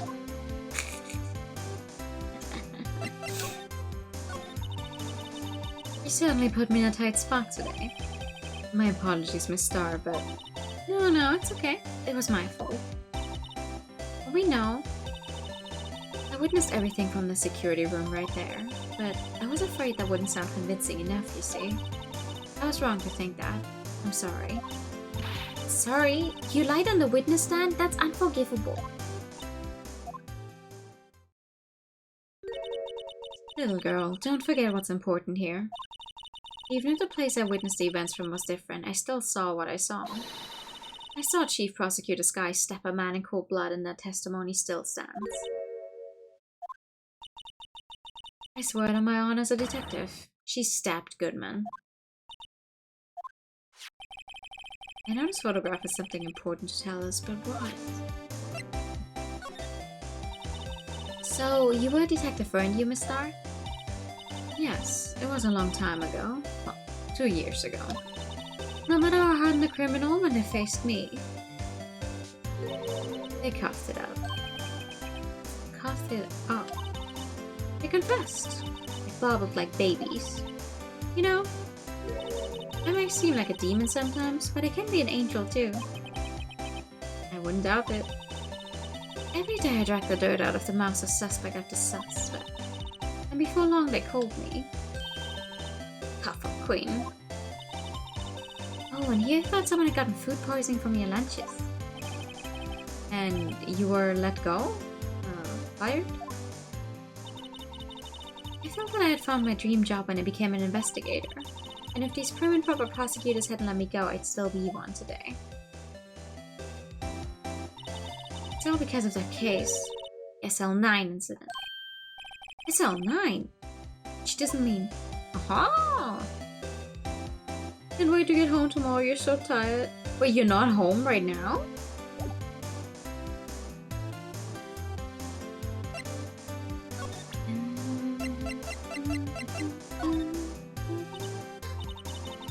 What do you think about this? SL9 incident. It's written on that knife.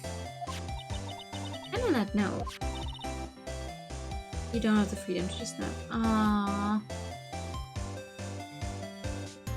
Well, then I'm hoping for the both of us that tomorrow evening, or the time when you get to go home tomorrow, is gonna be quick.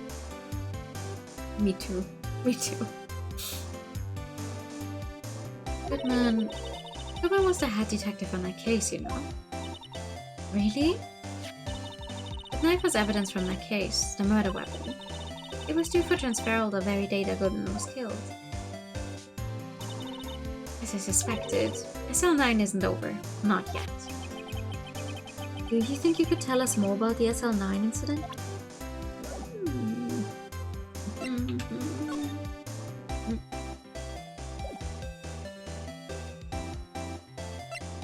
Do I have to show you more?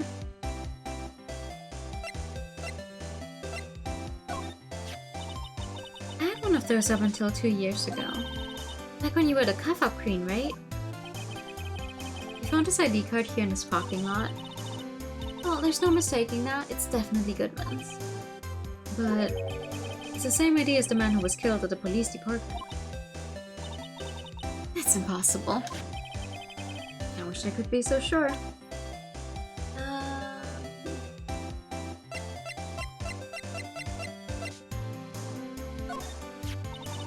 If you think about it, I could have taken a picture from the garden room. But even I get flustered sometimes. So you went straight to the scene of the crime? I rushed towards the chain link fence in an effort to stop the murder. That's when I took this photo, yes. In other words, 5 minutes after the crime. Those 5 minutes are the whole problem. The hole in my testimony, as it were. The 5 minutes weren't the problem, mister. You lying was the problem. Listen, little girl. I've had my testimony disregarded before. And I wasn't going to have it disregarded again. It's like that time. Are you going to tell me about that? Yes, finally, there we go. That incident really opened up my eyes to the truth. We're nothing to them. Disposable. Disposable? To who? 3 years ago, it was the biggest case I'd ever handled. Police and the prosecutors were desperate for decisive evidence. So, they didn't solve it? On the contrary, it was solved quite cleanly. The criminal was caught and executed. Executed? Yes, the criminal got what was coming to him. It doesn't get any cleaner than that. The only problem was, they never did find decisive evidence. Not a shred. What? But the criminal was executed, right? On the basis of evidence, of a sort. Made-up evidence. What? You mean they executed someone with fabricated evidence? The best part came several months after the trial. Every detective involved with the case was dealt with. Some were demoted to patrolmen, others found themselves out of a job. And you were one of those? Myself and one other person you know well. Would it be... Exactly. Detective Jake Marshall. Oops, I mean, Police Department Security Detail Officer Jake Marshall.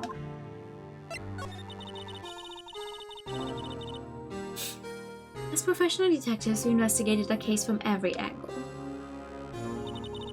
Jake was particularly determined, and then it was over, and he was demoted. However, he hasn't forgotten, and neither have I. You haven't forgotten SL9?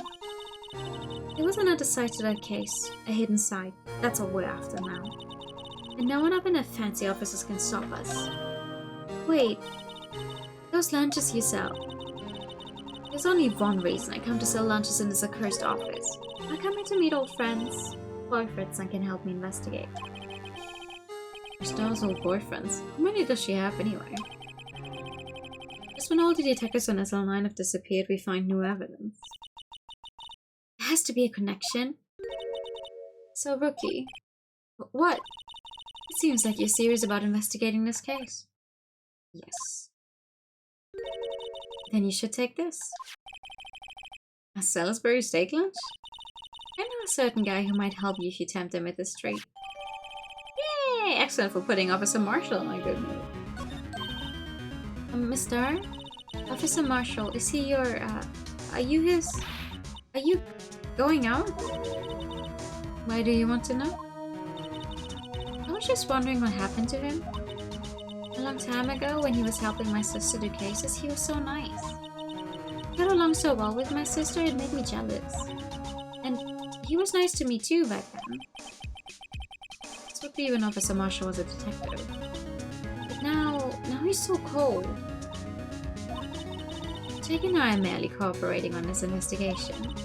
We're putting the past to rest, as it were. Nothing more than that. You see, thank you. Officer Jake Marshall. Okay.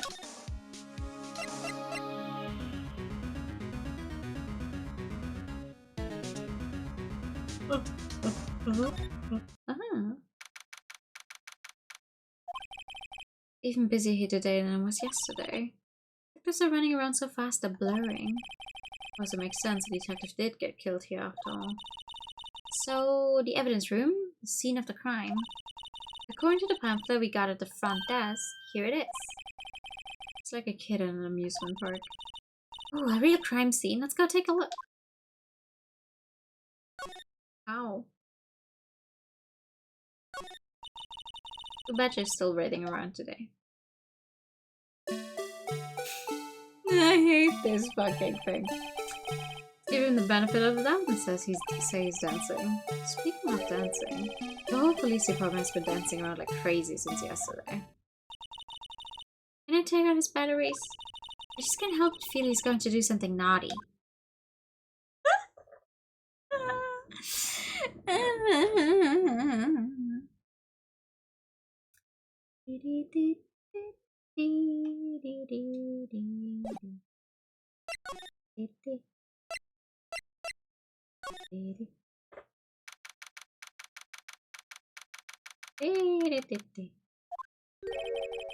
To the decor in this place, it's very eccentric. According to the pamphlet, this is the guard station for the evidence room. So beyond the door is the evidence room, the scene of the crime? Sure seems that way. Oh! What's wrong? It's those cacti. They're so prickly, so imposing, it's hard to think straight. If you can't handle the cacti, stay out of the desert. What I want to know is if this is a guard station, where is the guard? I have a feeling I know who he is already. Yeah, me too.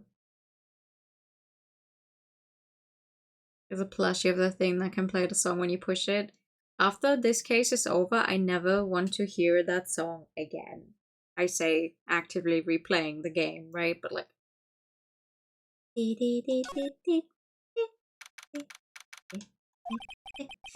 place is charged with frantic energy as always. Please! Huh? Wasn't that? One steak lunch, please! Oh, it's you. Detective Gumshoe! Now's no time for chit-chat, Paul. I'm a busy man. Hell. What I really need is a steak lunch from Lunchland. Oh, you mean one of these? Actually, it's not for sale. I think I just heard the sound of his heart breaking. Now's no time for despair. We caught our criminal, now we just need evidence. Criminal? You mean... Read about the stabbing in the police department evidence room, right, pal? Same day, the detective was killed in the prosecutor's parking lot, and now the detective was killed at the police department. Perpetrator, do you have a suspect? Yep. Just arrested him, in fact. It's the biggest scandal to hit the station in ages. Everything's topsy-turvy. But Detective Gumshoe, who was it? Listen, pal, all I know is I need me a steak lunch pronto. Sitting around here talking isn't going to fill my bell. Goodbye. Wait, don't leave. If you want to know more, head on down to the detention center, pal. Questioning should be over, so I figure he's down there having a good cry. Later. Bye. You ran off to the evidence room. Well, this investigation is off to a running start.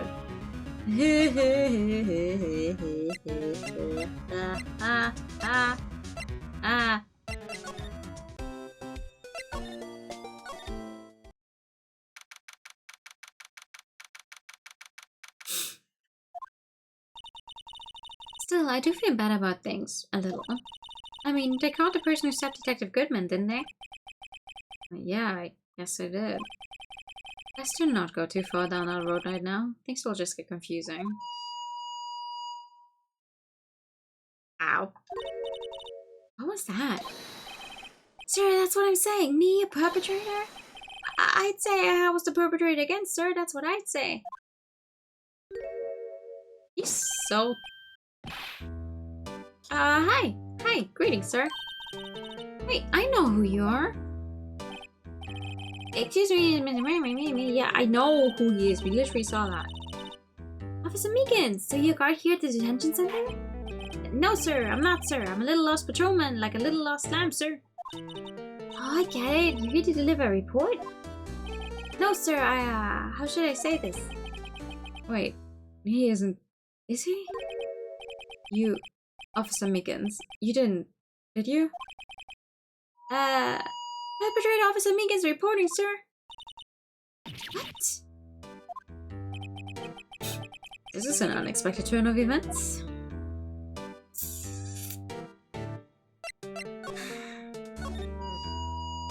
So, I'm a patrolman with General Affairs, sir.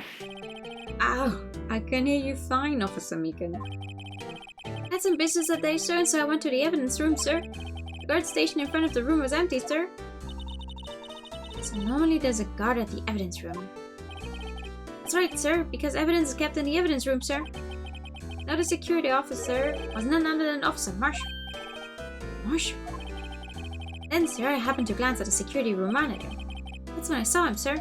A suspicious person in the evidence room. A suspicious person, sir. Suspicious person? Ow! Jesus.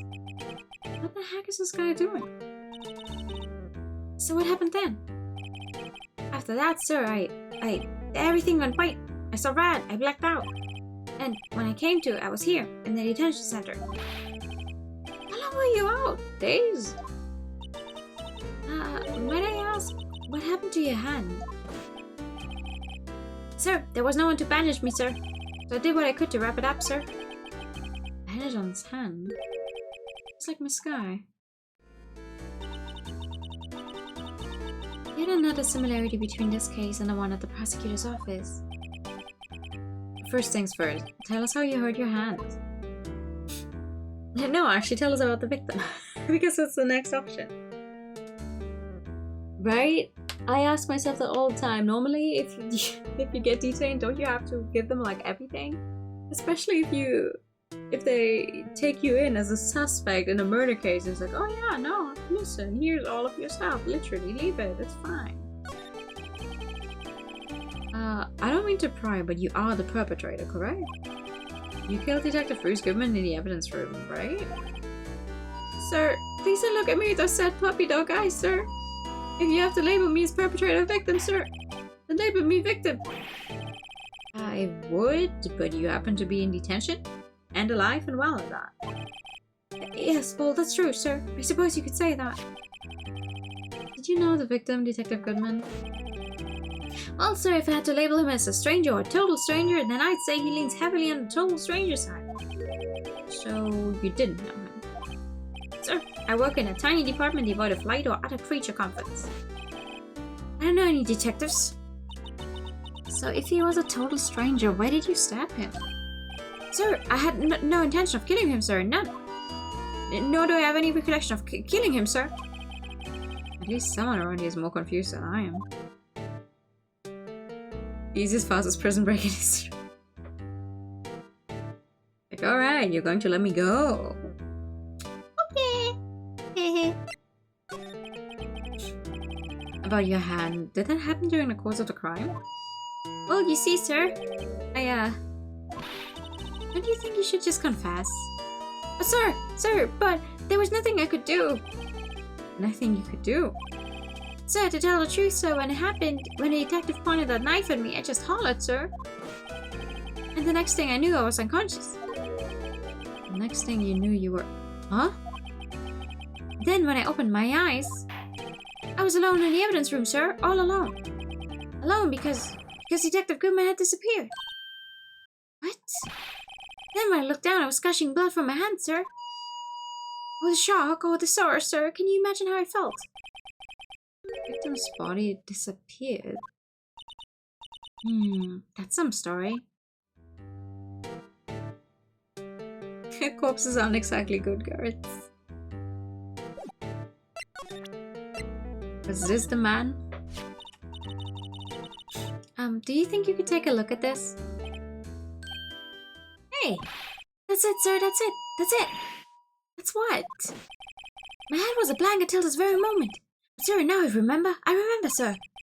It's so fucking annoying. Every sentence. You don't need to end every sentence in a sir. Sir, stop saying that. You mean you remember what happened? Correct. That car was the cause of it all. Hey, that one didn't end, sir. This ID card? Exactly, sir. That's exactly it. Nothing could be more exact, sir. Nothing. I better pry into this one a little deeper. Fine, details. Can you tell me what it is you do remember? Well, sir, you might say I'm a lost little patrolman, a lost little lamb, if you will. I didn't know Mr. Detective Goodman who was in the evidence room, and that's why you thought he looked suspicious. Sir, I entered the evidence room and asked the man to show me his ID card. Well, that sounds pretty much by the book so far. That's right, sir. That's what I've been trying to tell you. So you asked Detective Goodman to show his ID card. What did he do? That's the thing! Suddenly he pointed a knife at me. What? Sir, I assure you I was as flustered as you are right now. So I whooped and lapped at him. If Goodman pointed a knife at him... Do unto the others before they do unto you. Before they do unto you. Blah. My own father's words, sir. What happened then? Well, my eyes, sir. Everything went right. When I woke, I was here. Right. So, Officer Meekins, why was it that they arrested you? What do you mean, Emma? Let's look at what we know. Now, Officer Meekins didn't know Detective Goodman, and the victim, whom he met at the scene of the crime, didn't show his ID card. In other words, we have no way of knowing if the victim was really the victim. And if this body just disappeared from the evidence room, we don't even know if anyone actually died. That's it, sir, that's what I wanted to say. That is, I did say something along those lines. Huh? But you still ended up here. They told me that it had to be him, sir. On that day, at that time, Detective Goodman was definitely in the evidence room. That's what they said. But you don't remember the events clearly. No, but the videotape is quite clear. Huh? Videotape? From the security camera? The crime, my crime, the crime I swore to stamp out. It's there, it's me, it's on tape.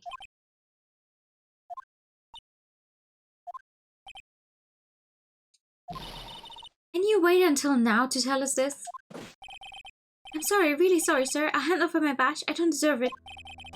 No, thanks. I have my own. So we better go check out the crime scene. It's like, oh, I don't remember any of this, but there's video evidence of it. Wow, okay, that's great. Couldn't you have told us that a little sooner?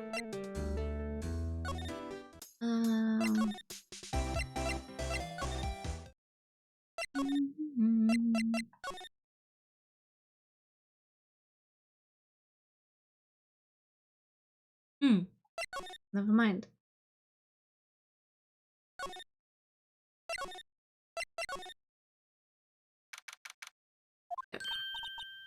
Hey, Mr. Wright, look who's standing at the chief of the detective's desk. It's Police Chief Command. Hey. And you sure this is all, You know what it means if there's anything missing. Sir, I'm sure it's most likely totally perfect. We checked all of his drawers, lockers, garbage cans, bags, coat pockets, hats. On his seat cushion behind his computer monitor inside his personal coffee machine. I see. Well, if anything does turn up, you call me right away, deal? Yes, sir. We'll scour the place again, sir. Your detective looks a little flustered. Ah, right, oh my boy. How you been? Swim much? Oh, Chief Gand, reporting for duty, sir. Why are you saluting him, Mr. Wright? He has that air about him. Is Edgeworth going to be okay? Alrighty. Oh, you know, they're doing a little inquiry committee with him. Sounds like an inquisition. Yep, well, they've had no end of trouble with the boys since last year. You mean the incident on Board Lake? Doesn't look good having a top prosecutor sit in the defendant seat, does it? You got someone else found guilty in that case, right? Righto. Karma. Imagine he was undefeated in his 40-year career. In court, you fixed it so he was caught for forging evidence. Wait, I didn't do anything wrong. He did forge evidence. In any case, the prosecutor's office is in a bit of turmoil, you might say. Why, they do just about anything to restore their reputation. Now, Depending on what that inquiry committee decides, it could be bad for Worthy. What? It's downright odd to tell you, a detective getting killed on a turf too, I mean. They're being prosecutors, I assume? Scientifically speaking, it's impossible. Yes, but that's what the evidence is saying. Goodman was stabbed in 2 locations at the same time. That's what it says. What evidence is this? Nah, Wright. I can't give away all our secrets just like that. And this in particular, well, it's a little sensitive, and I can't talk about it. I wasn't expecting much anyway. You know, one thing I hate most of all is hiding stuff. Secrets. Can't stand them. But you know, it's a full-time job just keeping the chief of detective's trap shut. Ah, he was the one you were picking on earlier. Oh, you saw that? Oops. I wonder what it was that he wanted the chief of detectives to do. See if you can kind of discreetly ask him. Discreetly? Yeah, Phoenix Wright is known for being discreet.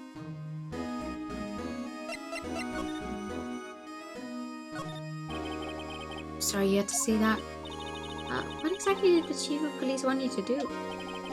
Oh, see over there? That's Goodman's desk. He wanted me to check it for anything that might be a clue. He took away every last piece of garbage in a trash can. So nothing belonging to Detective Goodman is still here? Of course not. Oh, except for this. What? You kept something? Sure, why not? It's not important. He didn't even finish writing it. It's a lost item report, but it's only half complete. Lost item? Detective Goodman lose something? The date on it is February 21st. I'll make a note of that just in case. A half-written document dated 21st of February can only be submitted to the chief of police. I should really get back to investigating the police department crime scene.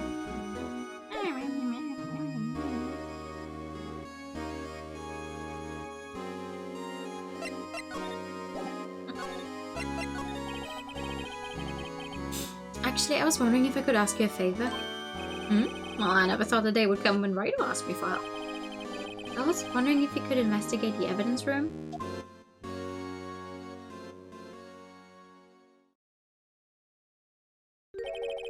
No, Righto. Actually, I'm sorry, I don't need to investigate after all. Right, please, do I look like a selfish man? Huh?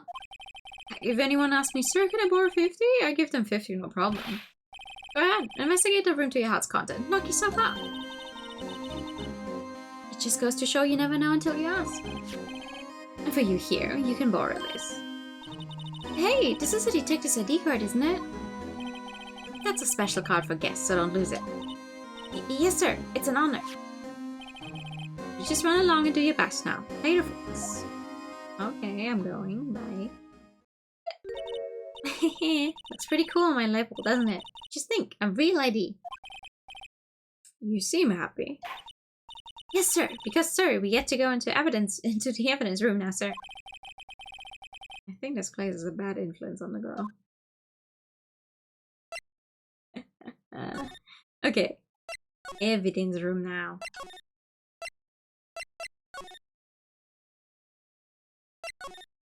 No. How do I get into the evidence room? We're just... Evidence room is beyond that door. Let me get the ID card from Chief Gan. Let's just walk in. It won't open. Ah, the card reader is turned off, see? What is the security guard thinking? Howdy, partners. Well, what's my Bambina sky so grey? You. Officer Marshall. Why does it have to be him? I mean, we did hear that it was him. Also, why does it have to be him, look for? As you may have surmised, as here's my salute. We're here to investigate the crime scene. Yeehaw! The card you got there on your chest. That's better than a sheriff's badge in these parts. Yeehaw! Oh, what are you standing there for? Get along, little dojis. Crime scene's awaiting.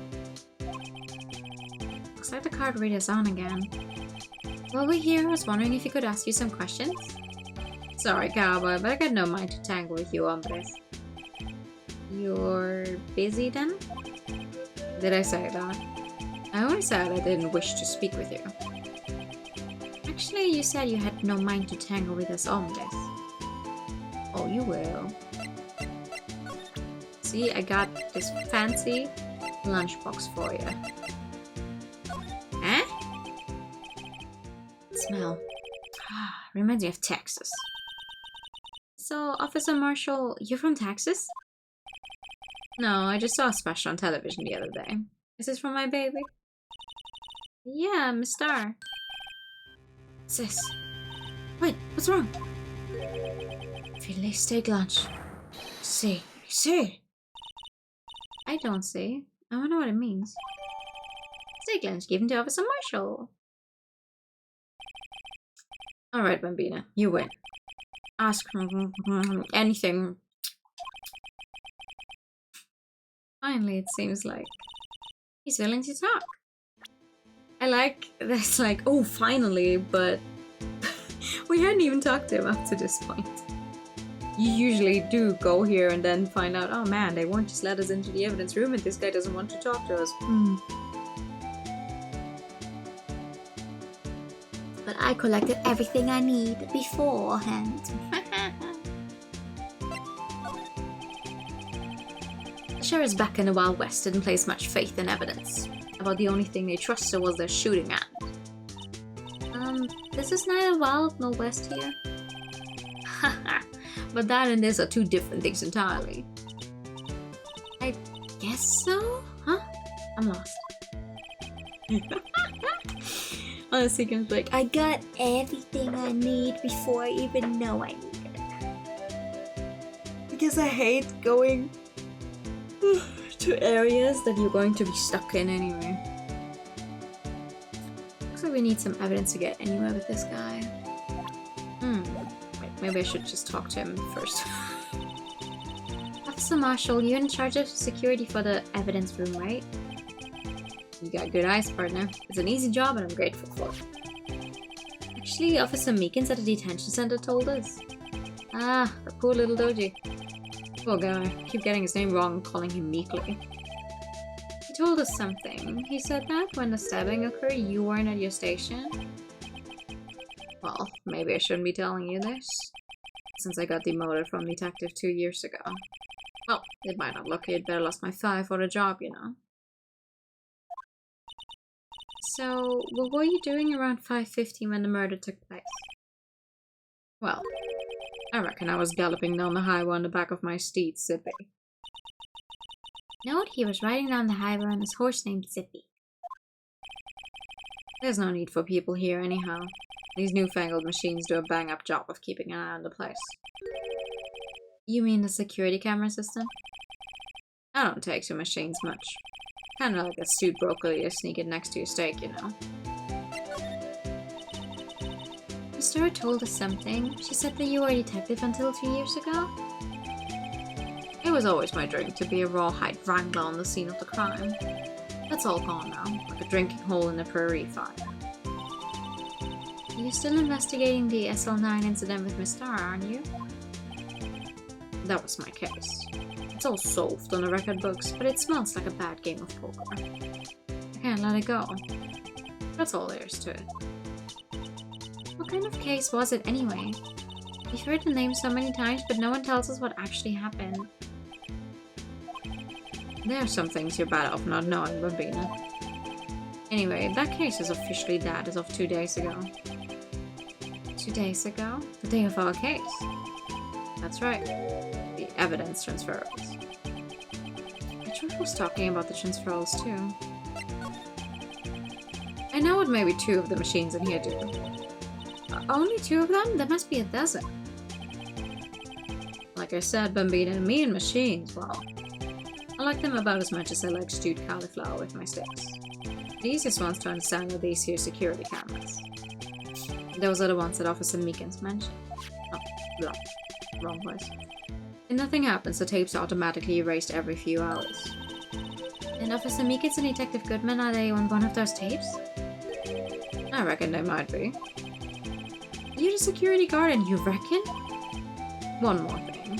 When you go into the evidence room, you need an ID card. That's the card reader by the door. The card reader leaves a record of every ID card that passes through. So this is the ID card record. Yeah, haha.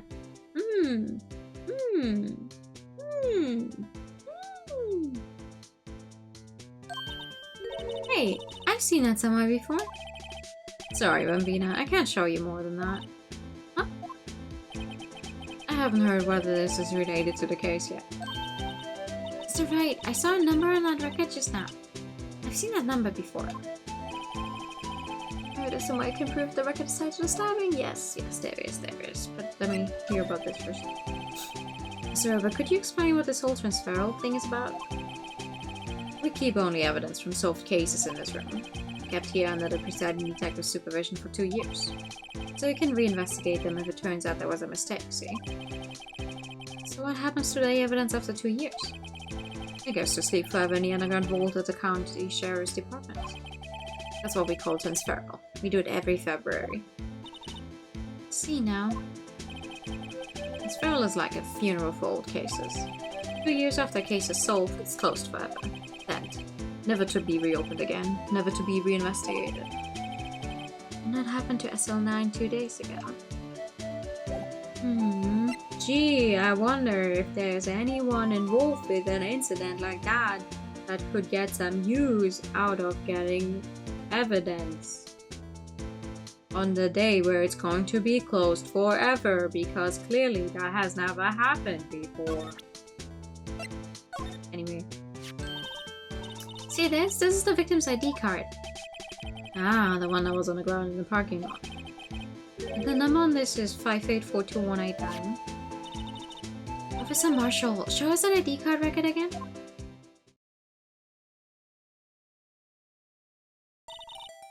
Look, the fourth number. It's a perfect match. It was used at 5:15, right before the stabbing. What's more, there's only one of them cards in the vault. So when the incident occurred, Detective Goodman was in the evidence room. Oh wait, what did Officer Megan say? Sir, I entered the evidence room and asked the man to display his ID card. So he asked Detective Goodman to show his ID card. What did he do? That's the thing, suddenly he pointed a knife at me. If he had his ID card then, why would he have pointed a knife at Officer Meekins? Alright, compadre, you win. I guess I can give you this ID card record. Thanks! IDs of all who entered the evidence room on the 21st. Got an idea. Maybe we should show this list to other people with IDs here. Yeah, maybe. Anyway, can I go in now? Yes!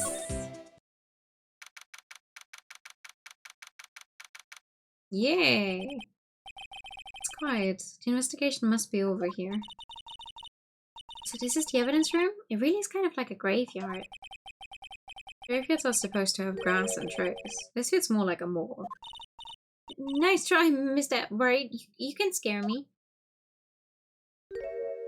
Ooga booga.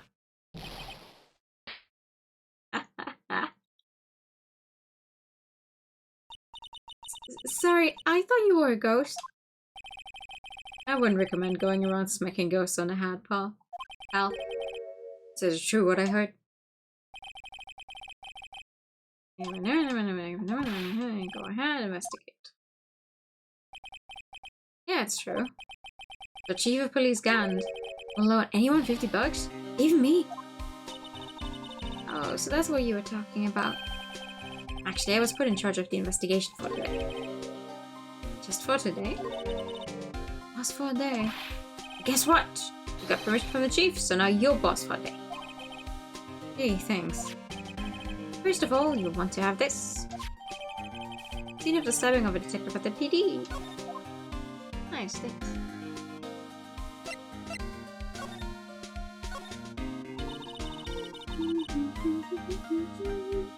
So Detective Akashio, you're boss for the day? That's right, that's an honor. After all, the murder took place right here in the police department. But if you're boss, why are you on alone? Why are you underlings? Using yesterday's findings to prepare for tomorrow's trial. In other words, you got kicked out of the investigation. Again.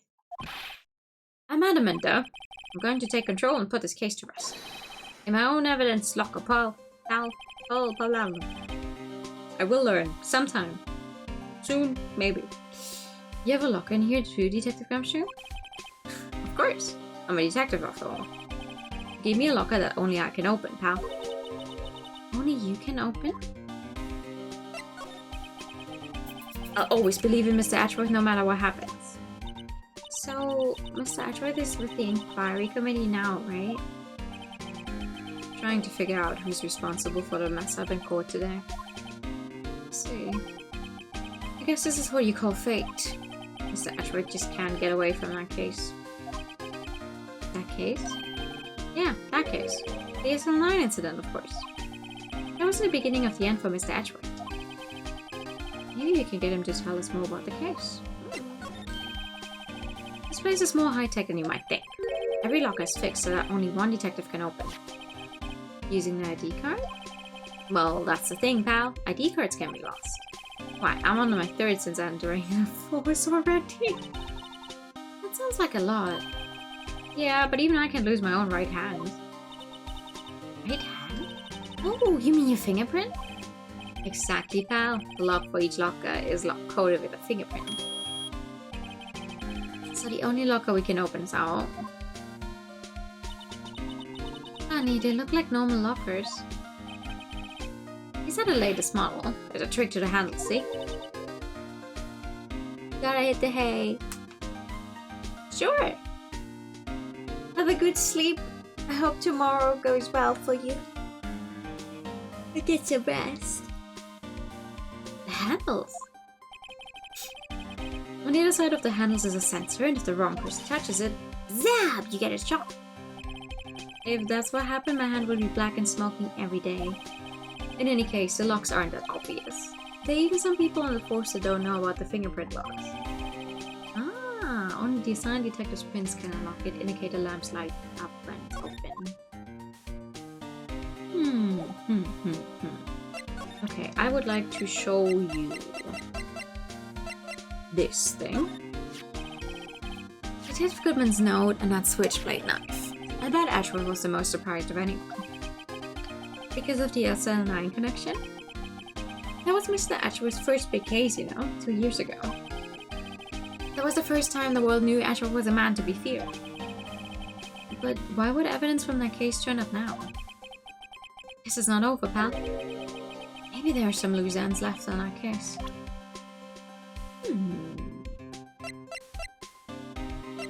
Oh yeah, wait, hold on. What's your number, by the way? Could you take a look at this? This is the ID card record of the people who came in here on the day of the stabbing. Ah, I heard the rumors. So it was Goodman who came in here at the time of the murder. Whoa! What is it? The second number! It's not your ID number, is it, Detective Gumshoe? Mr. Ashworth! What? The second number on this list belongs to Mr. Ashworth. Oh, what do you mean? Also, hi, Barry. Thank you for the save. How are you? What? Dun, dun, dun, dun. Why would Ashworth have come to the evidence room?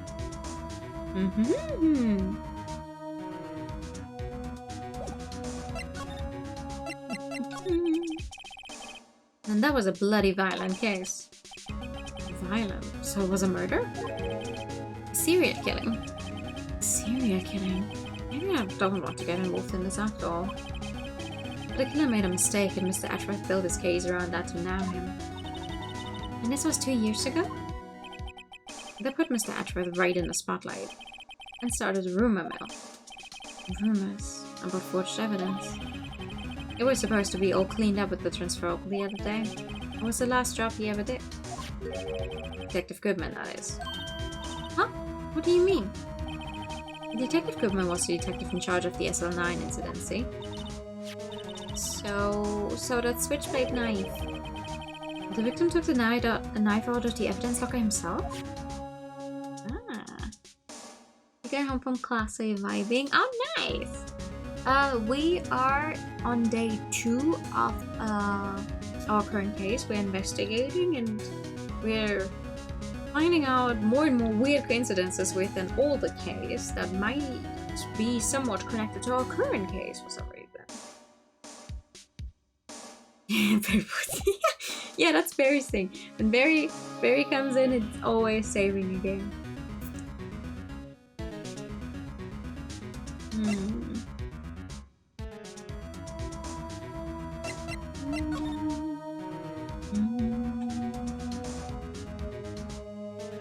No, you can't cut it.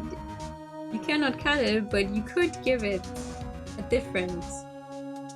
You can make it shorter. You can do this. That's how we know it's you, not a double game. Yeah.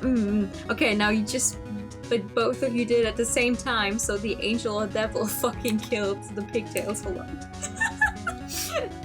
Thank you.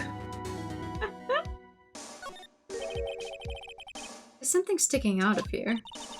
Looks like a shirt. Guess it must be evidence for some case. I wonder if Detective Gumshoe put this here. There you go, Paul. Making me out to be some kind of slob. I'm not responsible for the evidence here. That said, I bet that evidence locker was opened recently. How do you know? If you leave things hanging out like that, the evidence gets dirty or ripped. Guard checks and that kind of stuff and notifies the detective responsible. How many times have I had him breathing down my neck about some silly evidence? I think Detective Gumshoe leaves evidence hanging out a lot too. I bet he doesn't tuck in his shirt under a trench coat either. If you're going to talk behind someone's back, don't do it right in front of them, pal. You know what I love though? Is how someone apparently was like, oh, nothing.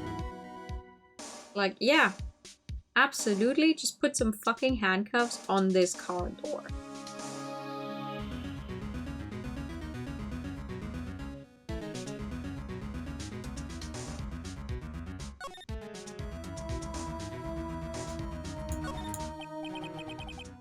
Sis! Blood! It's a little worn, but there's definitely a handprint here. Looks like someone tried to wipe it off. Mr. Wright, what if there are other bloodstains left in the room? Should use a testing fluid to check it out. Of course we should. But first I want to look at everything I can. Look, this one's open, and the red indicator light above the door is lit. The locker's coated with Detective Goodman's fingerprint. Goodman's locker. Are you sure it's okay to leave it open like that? Well, it'd be hard to get it open again if you closed it. It's empty. They must have taken the contents elsewhere.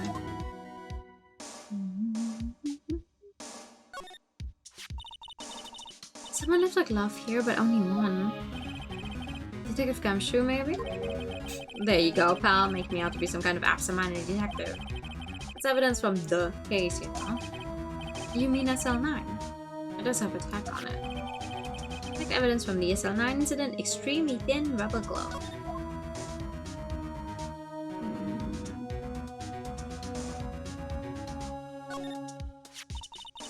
Wow, someone must have broken something big to make all these pieces.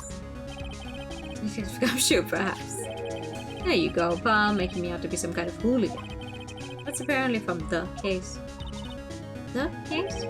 The SL9 incident, pal. See the stick on one of the pieces there? Another piece of SL9 evidence. Take a closer look.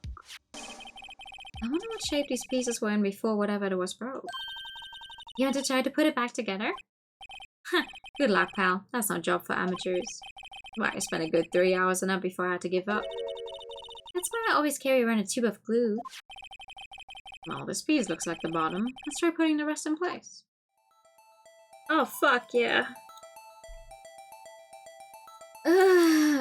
Whoa, hold on. No, they do. They do. I didn't want to actually leave. Let me try it again.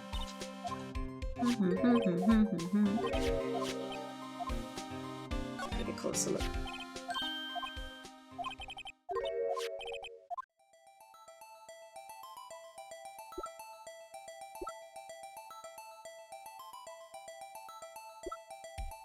How do I...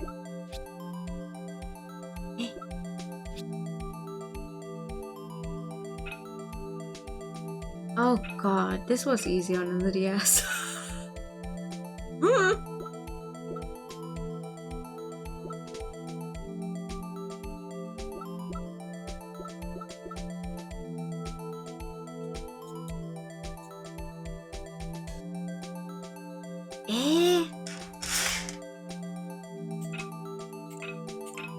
Okay, I can only rotate these things. Oh man.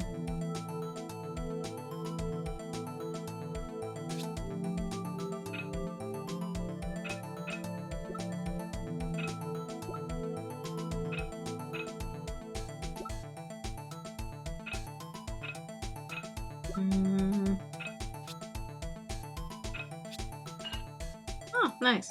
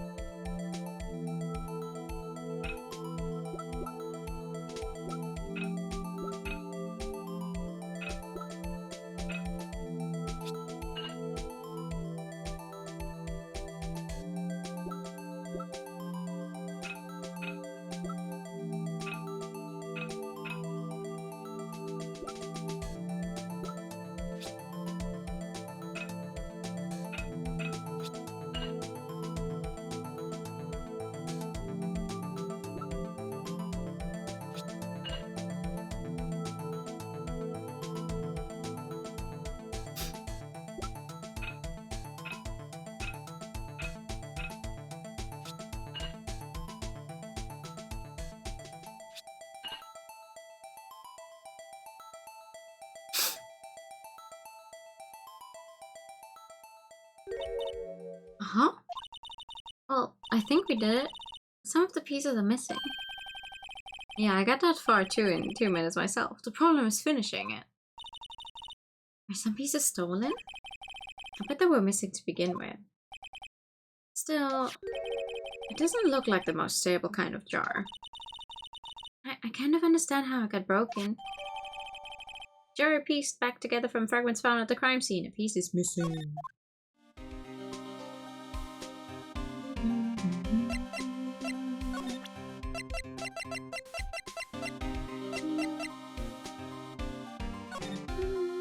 Oh. No, how do I use it? Allow me to say one thing, speaking as a detective. If I see a piece of evidence I know nothing about, I say nothing. Nothing. That's fine. That is fine, pal. Oh. Yeah, I would like to spray it. How do I spray it? Right. Ooh! I can zoom in on it. I can't use it!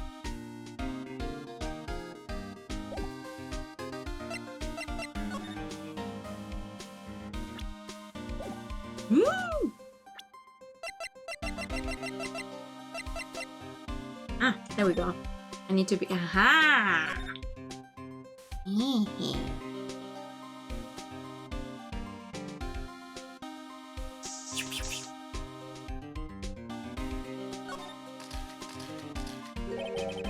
There must have been one massive pool of blood.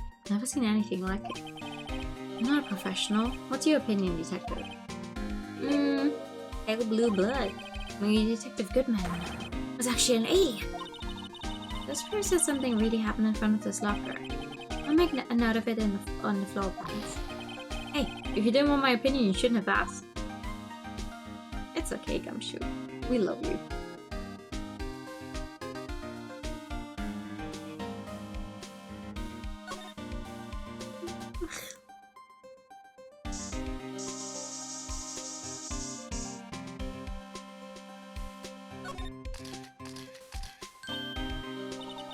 Why am I getting a reaction here? There's no reason for the murderer to touch this spot if he fled out the door. It just might be something significant. Hey, that's some pretty amazing stuff you got there, Paul. Al? What, this? It's called luminol testing fluid. Where'd you get your hands on that? Huh? I'd like to get some too. I'll just borrow $50 from the chief. Where do you get this ammo? I always buy it by mail order. Oh, I better jot this down on the floor plans. Sure. Right, and also the one that we can quite literally see that there's blood there. I knew it. This is someone's right handprint. What? What's the matter? the detective. This locker, it's mine. It's yours? Please, you have to help me. When they come to take me away, promise you testify that I wouldn't harm a fly. You'll do that for me, won't you, pals? This is an important clue. I'll jot it down in the full plans. I'm counting on you guys. Believe me, you can trust the police. What? But you're a detective. Hey, pal, look at the time. Was there something you needed to be going to? It's just that Mr. Ashworth's inquiry committee should be letting out soon. I'm going to go give them my report for the day. It might help, you know. Report? You mean the note written on the back of the flyer? The one that says nothing but no problems? It's Mr. Ashworth we're talking about. I'm sure he can use a report like this. I believe in him. Who needs enemies when you've got friends like Detective Gumshoe? I'm off, pal. Later. Yeah, bye. Should probably see what Ashworth has to say too. Sure. Move out of here and move. Oh, no, wait, that's back in. Move out and out. And where would he be?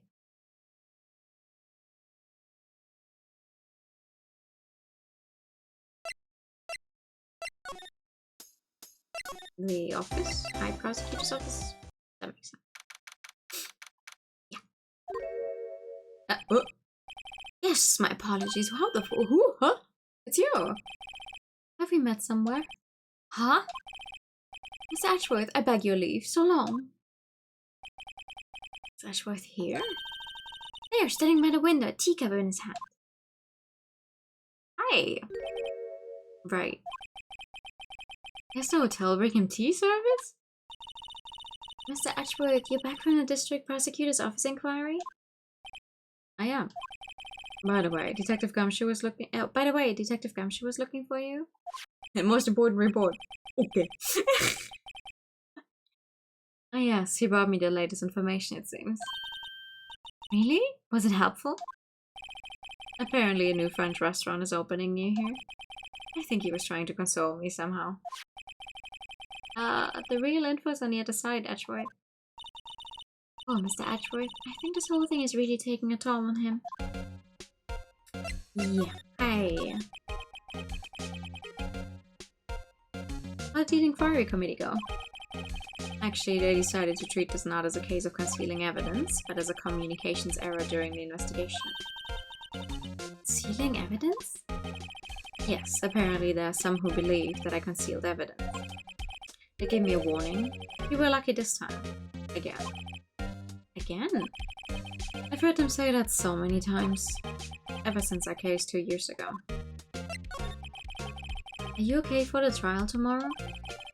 Well, I'm still the presiding prosecuting attorney. However, something happened. They gave control of the investigation over to the police department. Police department?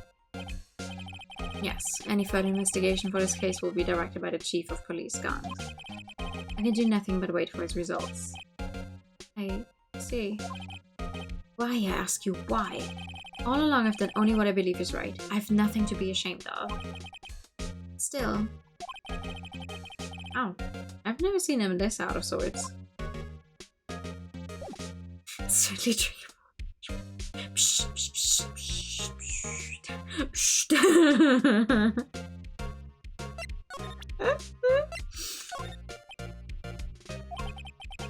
Right, please. I'm the prosecutor on this case. You don't expect me to sit here and discuss the case with you over a cup of tea.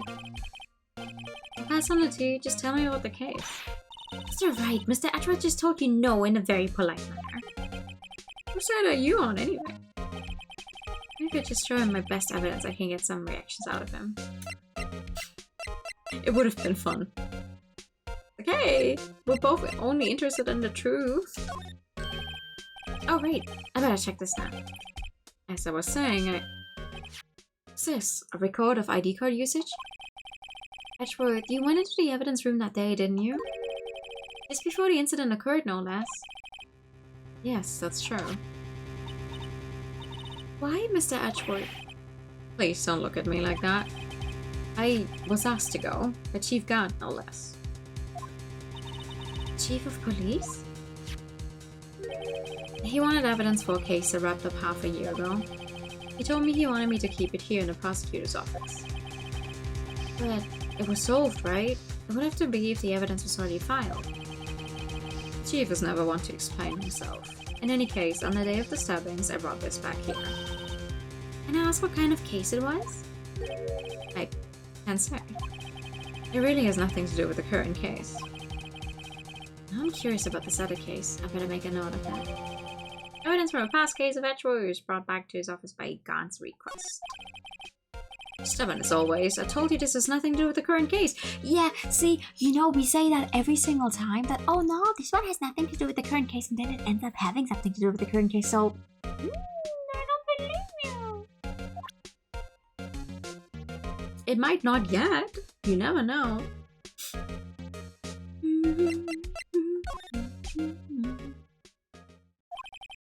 I know you. You've probably got a hold of some information already, right?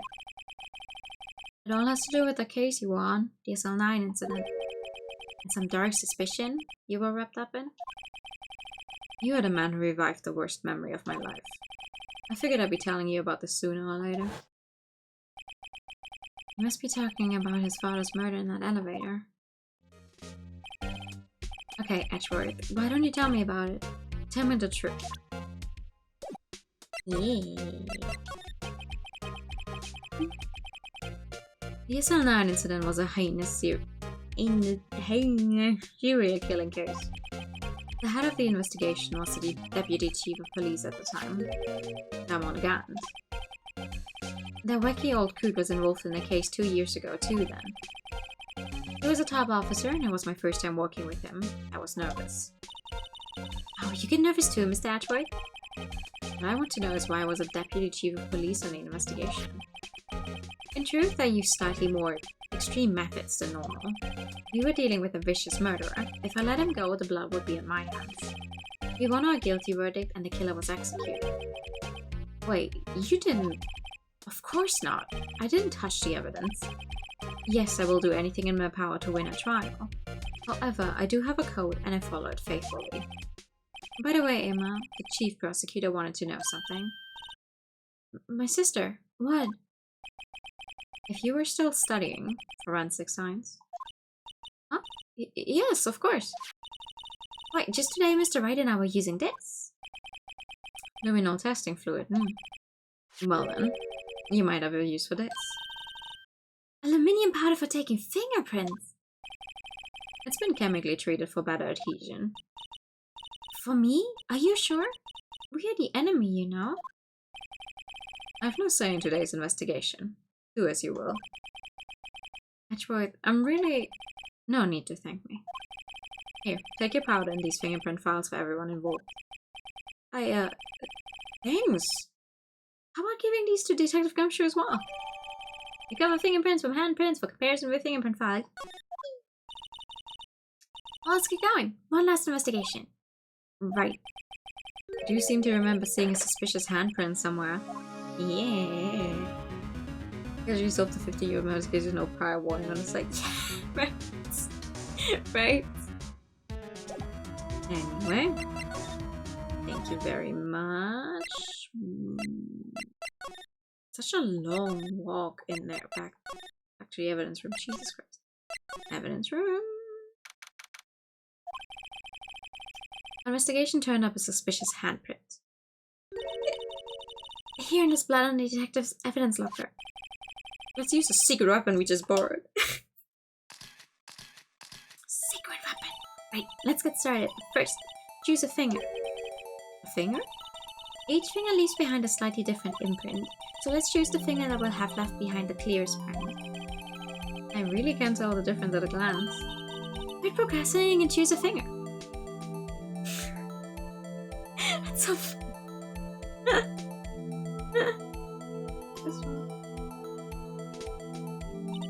Okay, now it's time to check for prints. Let me show you how it's done. I'm starting to get that sparkle in the eyes. I do wonder how it's done. I have no microphone. First we sprinkle the aluminium powder around. How do you do that? With enter, see? Ah, looks like that did the trick. The aluminium powder adheres completely to the print. Once the powder is well spread, just blow away the excess. Huh? How do I do that? E! Exciting. And okay, what's E? I'm using a controller. Imagine you're blowing out the candles on a birthday cake. See? Oh, that looks like fun. It takes some getting used to though. It's fine, it won't go up your nose or anything. Just pour the powder on thick and blow away the extra. Those are the basics of fingerprinting, Mr. Wright. Gonna give it a try. How she's lucky if he asks for fingerprints that will deduct the cost from his salary. Probably. Oh, it's just Y, it's a Y button. Hi TK, good evening. Yay! You think that's enough to get a good print? You did it! You found one! But this looks nothing like a fingerprint. Now that you mention it, I guess it doesn't... What does it mean? It means the typo. Typo! We're out of luck. Out of luck? The person who left his handprint must have worn gloves. Don't tell me we've been wasting our time here. Hey, come now, that's just the way it goes sometimes with scientific investigations. But it does seem a shame. While we're at it, why don't we look for other prints? Other prints? Looking at the locker door again closely. Yeah, there's... You know, the one that's not bloody. It seems like there are fingerprints outside the bloody handprint as well. Let's see if we can find a clear print. Fingerprints outside the blood. Yeah, it's right there, Phoenix.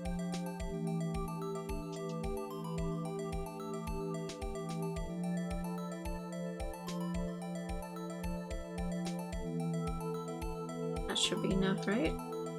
Yeah. No? It's not enough. I'm surprised. Here we go. Yay, your print's so clear, it's dazzling. Dazzling? Anyway, this print took a lot of effort to find. Let's match it up right away. So we're not done yet? This is quite a process. Well, there's no point in finding a fingerprint and not knowing who the owner is, right? I guess she's right. Look at the fingerprint data we got from Mr. Edgeworth, and point out the person you think left these prints. Huh? How am I supposed to know who it was? I could make a pretty good guess. The bloody handprint and the fingerprint are in different places, right? That means that the prints probably don't have anything to do with our case. So whose fingerprints will we most likely find on this evidence locker? Oh gee, I wonder. Probably not the guy who fucking owns this place.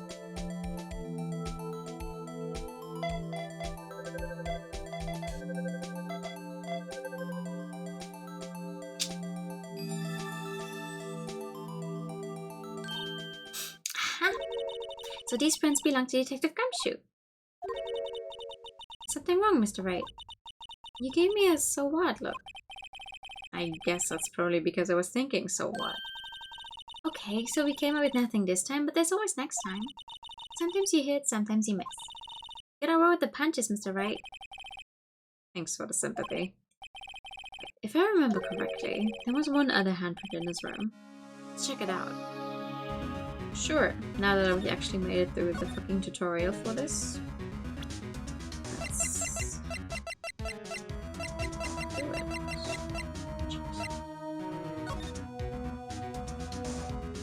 How do I...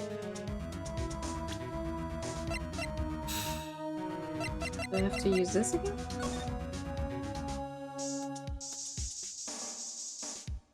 No, we already have it.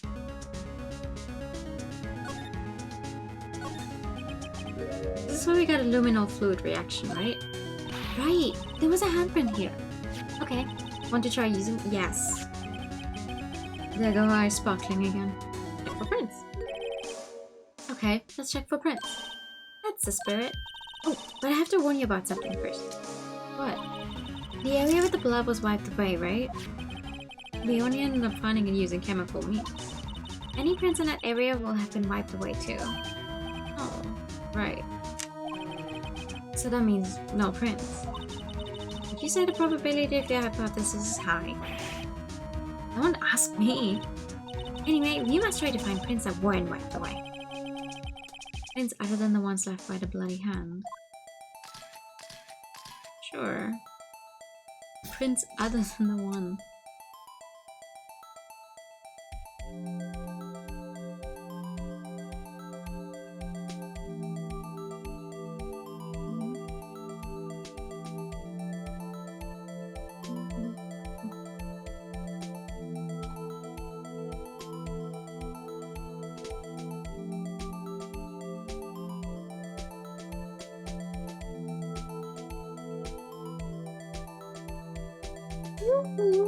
Big summer blowout.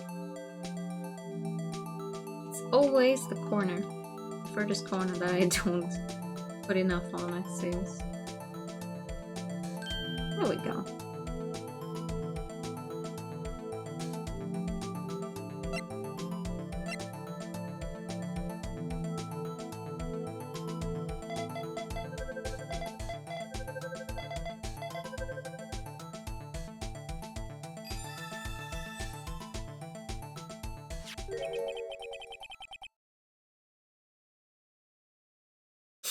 Hey, these fingerprints, whose are they? Whose? Is it someone I know? It's Officer Marshall. Huh? Officer Jake Marshall? Oh no, a bloody handprint left in the evidence room. The print had been wiped. It's got to be a coincidence. He's not involved in a crime. Emma, this is decidedly different from Detective Gumshoe's prints. The luminal reaction, the blood and the fingerprints are in the same place. Oh. So we have Jake Marshall's fingerprints. On a white bloodstain. Why would Officer Marshall... Looks like our investigation is finally turning up some results. Yeah. I guess this is what you'd call decisive evidence. I don't believe it.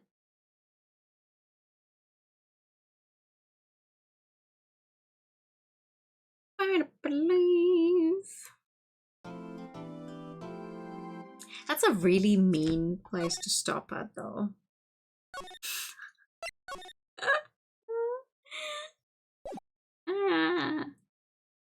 Let's at least get into the courtroom. And that's where we're gonna stop for tonight, then.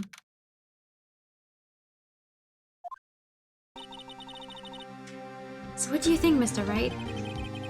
I think the prosecution is as confused as we are. After all, the victim was murdered in 2 different places at the same time. And a different suspect was arrested at each of the crime scenes. Lana! Good morning, Mr. Wright. I apologize for yesterday. I was indisposed. I hope they didn't hold you too long for questioning. We just finished, actually. I'm used to all-nighters, though. So how did it go? This is Mr. Wright suspects. The police are clueless. I figured as much, so I struck a plea bargain. A plea bargain? What do you mean by that? We agreed that if I told them the truth behind the simultaneous murder, they wouldn't see capital punishment. That's what I mean, Emma. But Lana, don't tell me you... Much to my regret, I'm as much in the dark about this as they are. Miss Skye. We found trace evidence of a certain person in the police department's evidence room. It belonged to Officer Jake Marshall. What kind of trace evidence? Bloodstained fingerprints, to be exact. That's the trump card I have up my sleeve today. You do understand what this means, don't you? In order to defend my sister, you're going to accuse Mr. Marshall? We have to play the cards we're dealt. Isn't that right, Miss Skye? Do what you have to do, Mr. Wright. Sure. But what I have to do? Thank you for the pat. What I have to do is put an end to the stream right here. Court is now in session. No, actually, court is now on break time. Dun dun dun. But Also, hi, thank you for the pad. Good evening. I'm sorry. 3 hours. 3 hours, and honestly, we didn't really even. I feel like we didn't even get much. Nope. We have a very slim chance of maybe making it through the rest of the game on Friday, depending on how long I go for. I say slim chance because like this was 3 hours, and we have another full trial day, and then another evidence part, and then another full trial day. So there is a chance, but honestly I wouldn't count on it. But yeah, we're gonna continue the game on Friday and see how far we can get.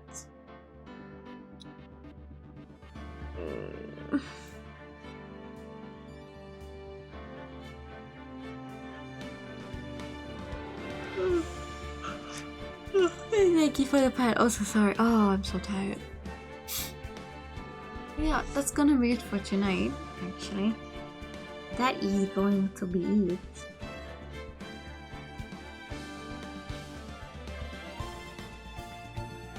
So, what I'm gonna do...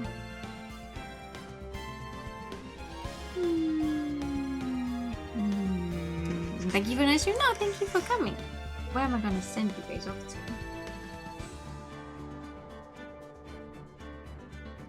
Because New is having a fun karaoke time, so I think that's why I'm gonna send you guys to.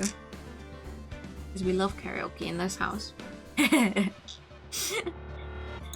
But yeah, let me just switch this up a little bit. 3 hours in an Ace Attorney game doesn't feel like a long time at all.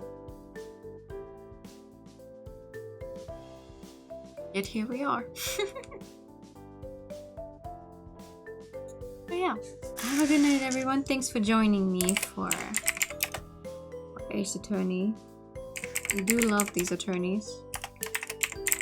I also love like getting to re-experience everything that happens in these games, because while I know the basic story still, replaying a case actually is like, oh yeah, that's why that happened, da da da. It is nice. They have good replayability. But yeah, have a good night everyone. I'll see you on Friday for more of Ace Attorney. Good night. And bye bye. Bye bye bye.